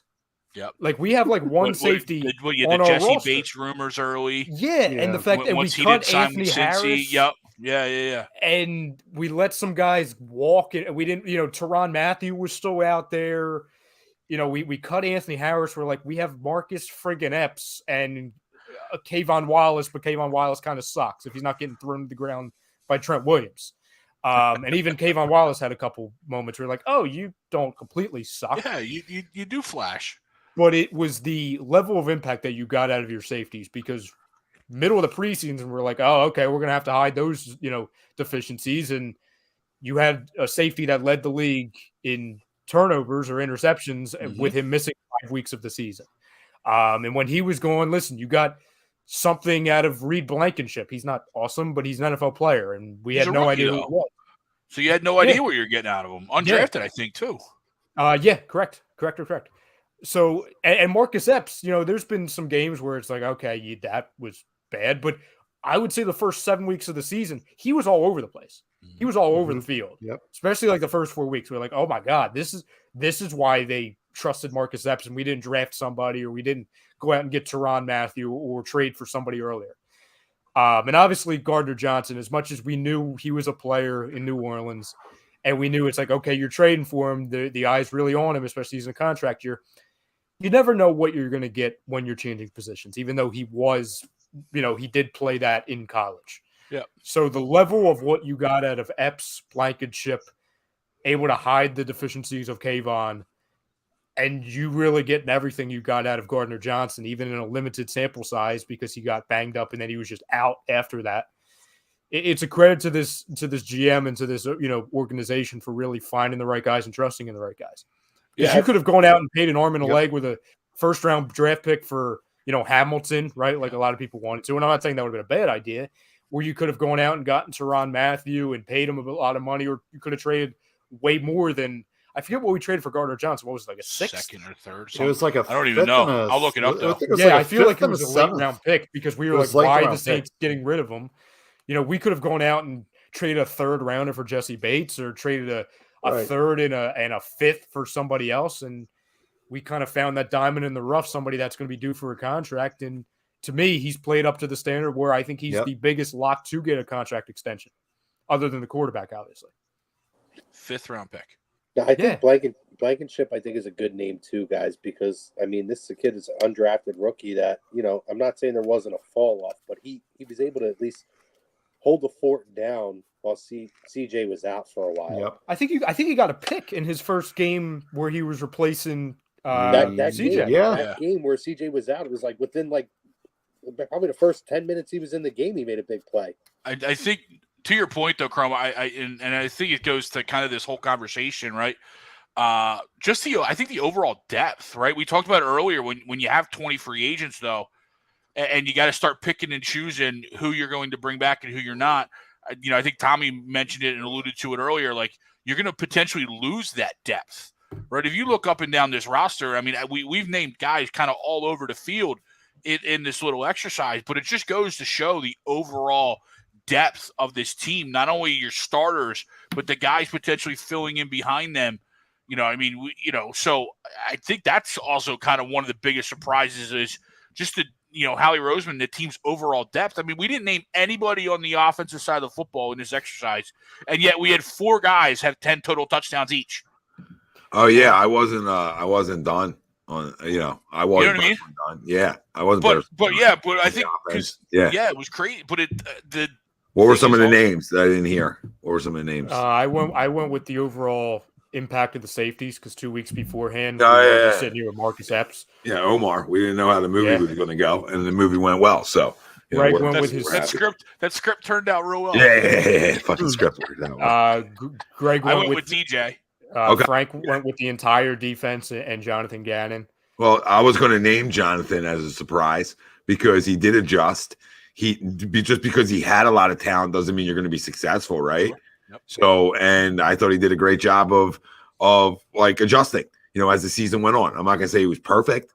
I'm not going to tell you I love him. I do like that he's back. It's better. It's way better than an unknown. Chemistry is always a good thing for a football team.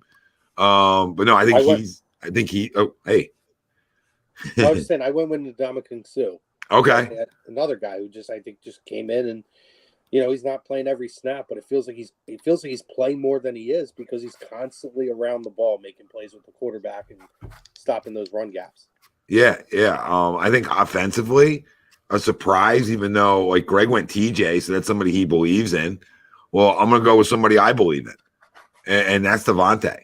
And the reason it's a surprise is all the question marks that others had were answered. It's 2 straight years of healthy football. It's 2 straight years of being able to absorb the hits that were question marks, being undersized that were question marks. How great he is as a route runner already, that we knew his body control, some of the crazy catches he has. I mean, he's not a surprise to me, but I think I think that's a good name on the offense to say we knew getting AJ would help, but it doesn't always help the one guy. It just benefits the other guy. And it really benefited all 3 of them where, Dallas had a good year too, in my opinion, besides the injuries, right? Because he missed some time, didn't he? Yeah. At one point. Yeah. So, no, I mean, I think DeVonta, because we're just not sure of the touches when you go out and get a guy that's always open. You knew the pedigree was there, but when you get a guy that's always open, you don't know how many touches he's going to have, and there was enough to spread around for sure, and more. Yeah. Where we made an argument that he was a top 5 player, of him like that, this year. He was in Ryan's list, he was in my list. I know, so interesting. I'll give it to him because there's not many offensive guys. Maybe outside of Miles, but I think we all would expect Miles to have a good year if he was healthy. So, and then our next one was it's a quick one too. How many points will the Eagles defense have to hold the Chiefs to? And I think it's 20 to 24. I think I'm going to stick to that 24 prediction that I gave on Sunday. I think I'm just going to stay with it for right now until something changes my mind. But I could see, I think 24 is enough because I think you can score 27. Make sense? So I think that 24 is like that magic number. Because if you don't score 24 points, you're a fucking joke. Okay? You're a joke. You didn't even show up.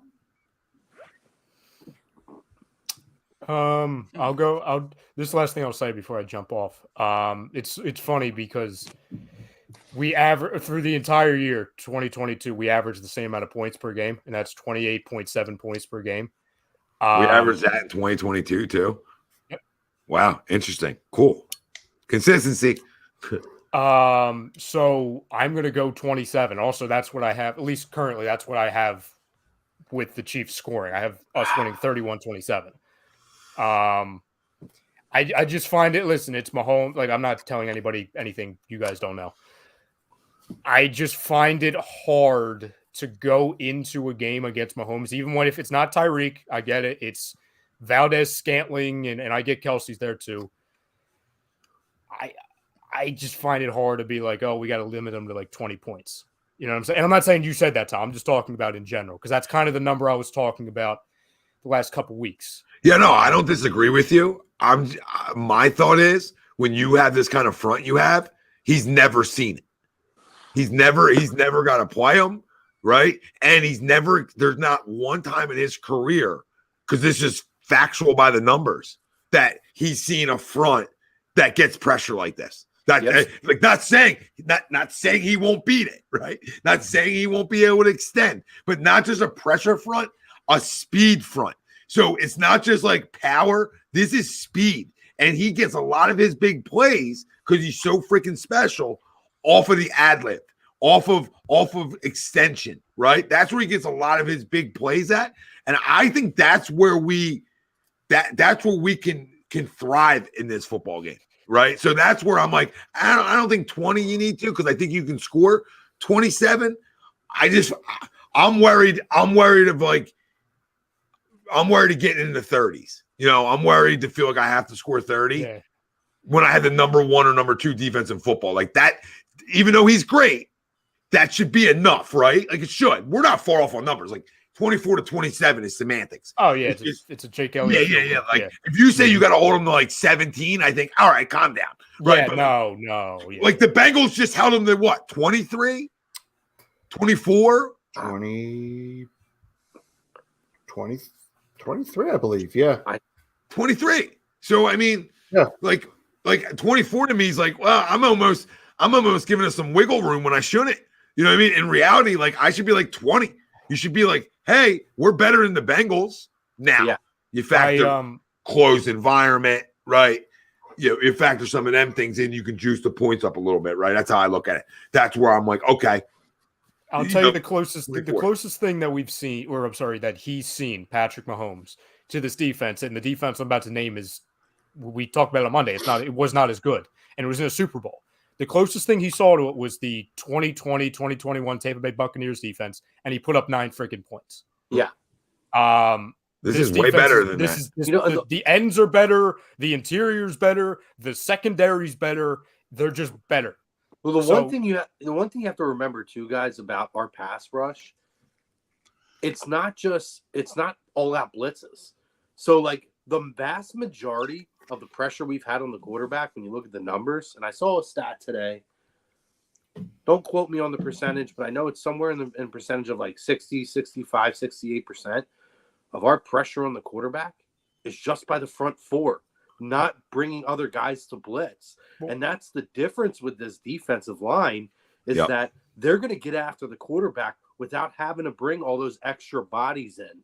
And that's going to be a huge difference here. And I said on Monday night in the chat on the Sports Hounds that I think this is going to be the toughest pass rush that Pat Mahomes has ever faced in his I couldn't agree with you more. And I love you being a heel. I love you being a heel on these airways, but I couldn't agree with you more. And that's just us talking facts, Chrome. We're not like making it up being homers. Like, not saying he's not awesome. Not saying if he ended his career right now, he's a first ballot Hall of Famer, right? So we all know who we're up against. But guess what? Let's look at again, right? Not underestimate, not saying like, oh, you're gonna hold him to 14, right? Saying like, yo, we're loaded over there. So if there's a team that will slow him down, it should be us. Listen, you cope to contain, right? That's always the key word, right? Hey, might not shut him down, but might not shut you down, but can I contain you? And that's a big word for Patrick Mahomes. Can you contain him? Can you not allow him to get extended plays? And listen, that ankle's going to feel good. It's going to feel better. That thing ain't going to be a honey. That's not a honey cut. I'll promise you that. So if there's pressure early, The last thing I'll say before I jump off, and we'll talk about it, I'm sure, a ton, on next Wednesday. When you talk about the two biggest matchups, when you talk about containing Mahomes, I think the biggest matchup is obviously what we could do with our pass rush and really containing him. The other thing is what our receivers and our offense can do to that young secondary. The only veteran is L'Jarius Sneed, and he's got a concussion. Now, I would imagine he's going to play, but other than that, it's a bunch of youngins back there. What was that, Yeah, Greg? and we Unless he's Tua and in concussion protocol for 8 years. Yeah. I mean, because you don't know how, we don't know how some of that would go. But at the end of the day, we thought the same thing this week too, and we didn't have to really throw it a ton.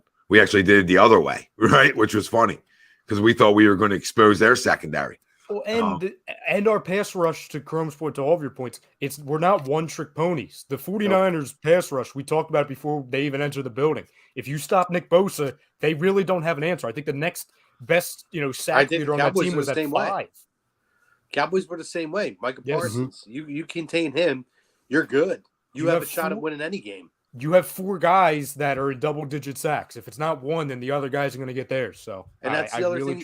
And to your point too, that's the thing you got to remember. That overall, defensively, we may not be like the top defensive team of all time, but in terms of a pass rush, this is a historical pass rush. This is the greatest pass rush statistically in the history of the NFL.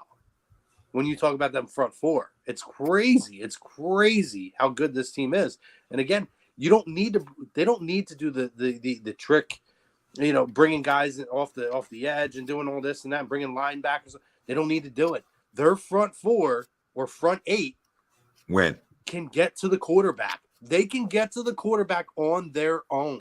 And you can't scheme for one. That's the problem, Crum. That's where it becomes such an advantage. When you can't scheme for just the front 4, when you got to scheme for 8 guys that can all bring it in different ways, that's where offensive coordinators lose sleep at night. All right, because that's the facts of it. That's the fact of it. That San Fran line ain't a dog shit line either. And we proved the right. And that wasn't even a game where they threw it a lot. Listen, we know a couple things about Andy Reid. Okay, and I love Andy. He loves to throw the football. And when you have Patrick Mahomes, why wouldn't you love throwing the football? But to me, that's playing into our hands, not their hands. I'm looking at it a different way. That even though he's great, we're great. It's not like we're the 10th defense in football. And we're like, well, look at us. Like, no, we're setting records with our front. We're doing things that nobody's done in this league, and the proof's in the pudding in terms of our rankings and like everything. And I think too, there's a lot of question marks in terms of, they have got they're going to make plays, and they have guys at their skill positions, particularly in the receiving side. And obviously Travis Kelce is a special player. He might be the greatest tight end of all time. That being said, when you look at this team and you look at the defensive backs, you look at the safeties, and again, huge for us was being able to get Avonte Maddox back. I feel like at the right time, to be able to come in and have your full roster, your full, plethora of your defensive backs and your secondary is going to be so huge when you go against Patrick Mahomes, because you're going to need to have your best players on the field, because he is going to create plays. You're right. It's about containing. It's not about shutting him down, because he's that special of a player. It's very, very hard to expect to shut him down. However, having that secondary be as special as it is, and having every piece, every important cog to the machine in order to get that done is going to be so important in this game. Gentlemen, always a pleasure. I'll talk to you guys next Wednesday. See you, Rye. What did you guys have for scores? I have scores, but the defense side of things. I'm gonna stay at 20, and I don't necessarily disagree, Tommy, that's kind of bold on the small side, but I think that's what we've done all year, right? That's our number. When our defense has been playing, I almost wanted to go 17, but I thought that was a bit egregious, right? That was a bit egregious, but I think you look back at the 2 playoff games that we just played, 2 though, we were on the same area when we held them to 7. right? I almost want to put the onus on the defense, right? We talk them up that they're our strength and they're as good as they are. So go hold them to 20, right? So, we mentioned it earlier, right? The Bengals, who don't have a defense, held them to 23. Yeah. Mm-hmm. So why can't we hold them to 20 or less? I mean, their We should front, be able It's gonna be tough, right? Obviously, their we front know. isn't that good, like in Right. my opinion. Like their front's okay. Yeah. Like I don't look at Kansas City's front as being dominant. Listen, they're a really good football team. They're well coached, right? They got good players.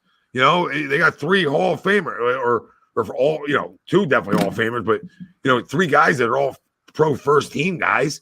So it's not like this is a cupcake. When you talk about Kelce, you talk about Mahomes, you talk about Jones. I mean, they got guys. So it's not like you're going to play against little sisters of the poor. But when you're that good on one side of the football, Vegas is telling you too. My thing too is when you're looking at the skill positions, right, and everything, you go across the gamut. You go every position. Forget the skill position, all positions. You go lines, you go skill positions. This team has the advantage at everywhere, in my opinion, except for tight end and quarterback. And if that's what you have to worry about, and you're giving them an advantage where you got 2 guys that basically have to play catch and throw to each other, and everything else, you should be able to lock it down. To me, I want to say 23. 23 is my number. And I'm going to keep it right around there. I think they can go as high as 26, but 23 is right around where I think the sweet spot will be. In my opinion, there's no reason this team can't put 30 points up on that defense. Especially if you can, with what our offensive line can do, if you can contain Jones enough to where he's not wreaking havoc like he did against Cincinnati, Cincinnati doesn't have the line that we do. I think you're in good shape. So to me, 23 is the number. And I'm looking just across the board, guys. This team, this is the first time in a long time that we can look at the roster up and down the board and say, yeah, we got the advantage almost across the board.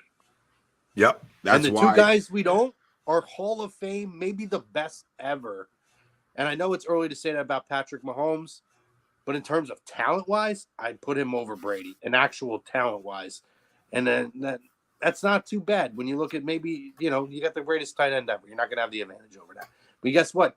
Dallas is a pretty goddamn good skill position player at his own right. Oh, for sure, Crum. This isn't like the 2 positions that they win at isn't like, well, that's a landslide. Right. We're talking about another quarterback that's a top 3 in MVP voting. So, this is probably going to be a dogfight. We'll get into that, more next week. And what we'll do next week too, after Frank goes, is we'll save a little deeper dive into positional battles and stuff like that. We'll save that one. And we had another question that we might as well save. And it's like the matchup you're most concerned about. And I think that's a pretty easy one. Anyway, but Frank, how many points do you think they need to hold them to? I mean, I'm going across the board in the range of 20 to 24 points.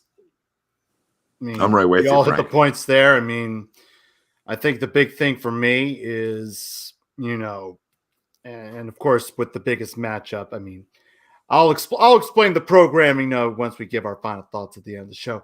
But I think the big thing is you got to find ways to limit Mahomes' improvisation, when he is completely under pressure. I mean, that's the big thing. If you could find a way to stop Mahomes improvising the big play, I think the Eagles have a very, very, very, very, very good chance at winning this one. I mean, as everybody says, we're pretty much better in every position across the board except quarterback, tight end, of course, punter. I mean, Brett Kern sucks. I mean, well, hopefully we have Sipos back. We should. Hopefully, I don't know if they make the move though. Hopefully, Sipos comes back. I mean, all of us can punt better than Brett Kern. Yeah, I'm just saying. Yeah. You know what all these numbers though have in common, right? Is our offense not turning the football over, right, and giving them points, right? You know what I mean? Because once you throw that out there, then the score gets higher, right? You know what I mean? Then now that score creeps up to where Ryan had it at like 26-27 if you start turning the football over and giving them the points. Yeah, I don't want that to be around there. No. You know, I don't completely agree with you. I prefer not. I mean, we can play that game. Like we can. So I want everybody to understand that. Like we can play the how many who wants to score more points game like that in the 30s. But like Greg said before, I mean, and I'm saying it and reiterating it. Like, I mean, I look at games like this and I say, you know what? When you have a defense like this, they got to show up in a big way. They got to show up in a big way. And if anybody thinks like Vlad, if you think we're disrespecting Mahomes, you're a fucking idiot with all due respect. Because I don't know how many times I said first ballot Hall of Famer, the best quarterback in football. I don't see anybody taking that away from him anytime soon. So I don't know how much more respect I can give him. But we're also giving respect on the other side. I'm not gonna come on here and tell you that we blow out the Kansas City Chiefs. Come on. You should expect a 3-point game. It's a goddamn Super Bowl. But I think, like we all do, that we're better. Just like we said with the Niners game. We're better. Even whatever quarterback you wanted to start on your roster, we're better. We're better. So, we got a lot. We'll continue to talk about everything, leading up to Super Bowl 57. Next week, speak for myself and Greg, we'll be on Sunday. I'm sure there'll be something going down Monday with a couple guys from here, and then obviously Wednesday again. And we'll do a Super Bowl roundtable on Sunday morning and get you going, get you ready and going for the big game. Man, I can't wait for a Super Bowl roundtable. And guys, if you watch our Super Bowl roundtable 5 years ago, fucking great. It's a riot. It's a good time. Oh, it was. We do it the right way. So you're gonna get a real good Super Bowl preview with this crew here. Yeah, and you're gonna get a great post game like you do all the time too. Always. You're taken care of. I don't know why you got to go anywhere else. Tell people this all the time. And if it's not us you like, you got plenty of other guys that you'll like. So hit the like, hit the subscribe, stay with us. Come on, baby. The road to 10K on YouTube starts with you guys, and let's get some more members. All right. When Ralphie's back, Ralphie's obviously everybody knows that watches this all the time. His grandmother passed away.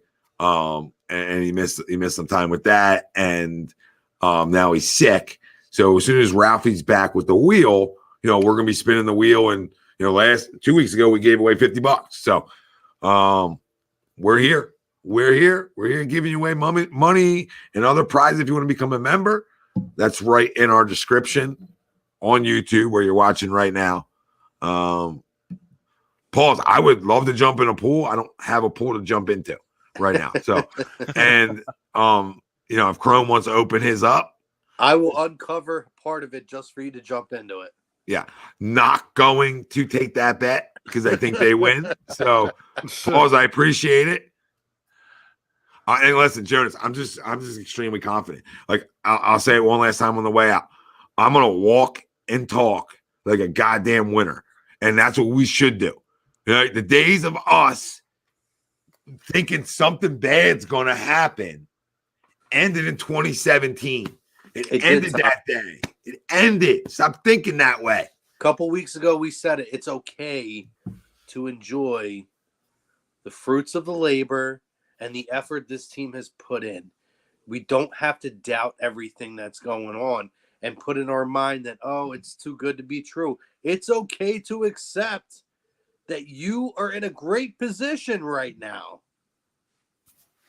Bro, I love it when we look at us, I mean, look at us. I mean, me and you. Who thought we'd be here? Who thought we'd be here? Who thought we would be here? We went from Disney, not me. And I knew when you. I'll leave it at this. I knew when you came in. I knew you were gonna great. Like I just knew it. So, that was on a T for agree. But listen, I mean, tremendous run.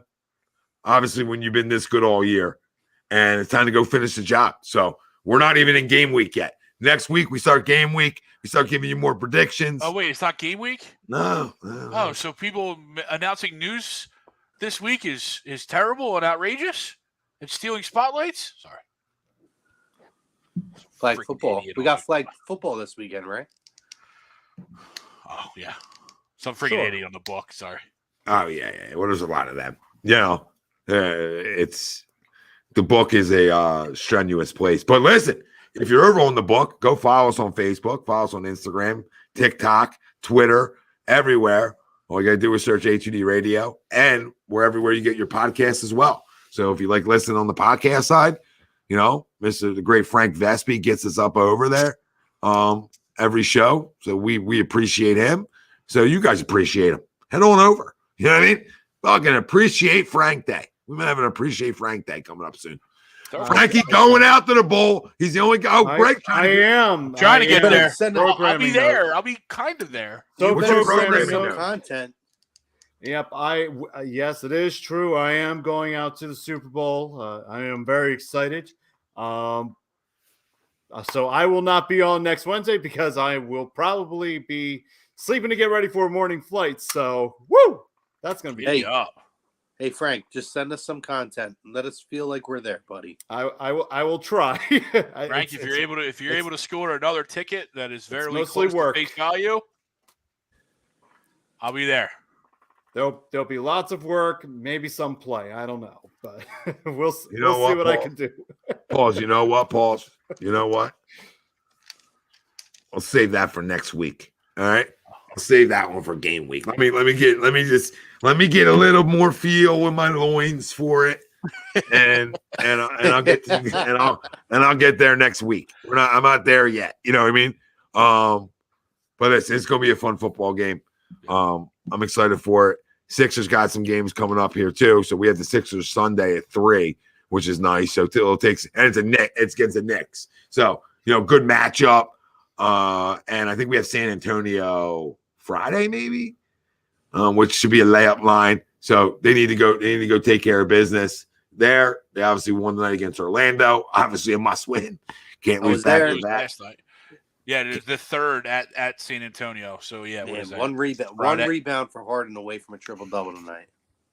And let me tell you something. I've been on listening to sports radio driving home a little bit more at nighttime because I do like him as much as we went at it. I thought he was a great time on air with Joey Giglio, and I do like him. I do like Joe, but he said something tonight, and I liked it. He said that Markelle Fultz is a better basketball player than Ben Simmons. It's like that simple. He's like, who would have thought that? He's like, who would have thought that 3 years ago? You know what I mean? He's like, none of us would have thought that. So I'll tell you this, true story. To Joe's point, I'm obviously moving down to Orlando. My dad watches a lot. My dad, because it's the only sports team, he's starting to follow them a little bit. So I've seen a little Fultz. He is 1,000 times better and 1,000 times, in my opinion, more effort to watch than what you got from Ben Simmons. At least he's improved over the last handful of years. Ben is still the same Ben 6 years later. I didn't think he was still playing. yeah, and his coach is calling him out. I mean, there's a lot going on over there, right? All right, boys. So, do you believe the rumor that he got hurt before the season? who? That he crashed a motorcycle, Markelle Fultz? I heard that the other day. Well, he looks fine on the court. No, before our season, after we drafted him, he got hurt, and that's why he had to change his shot around because he was overcompensating for an injured shoulder. It does look very different when he shoots now. Huh. Well, I don't know if I buy that, but all right. Well, no Ralphie tonight. There was a Noah Eaton. There was a Ryan Brodo. There still is a Greg Milakovic, Michael Chromiak, the great and talented Frank Vespi. I like saying that. I'm Tom Arnone. We fucking love yous. Hit the like, subscribe, stay with us. Go Birds, go Sixers this week. Go That's Birds. all we got. I would say go Flyers. Well, go Flyers. You know what I mean? They're playing good hockey. Torts. I like Torts. We're out of here.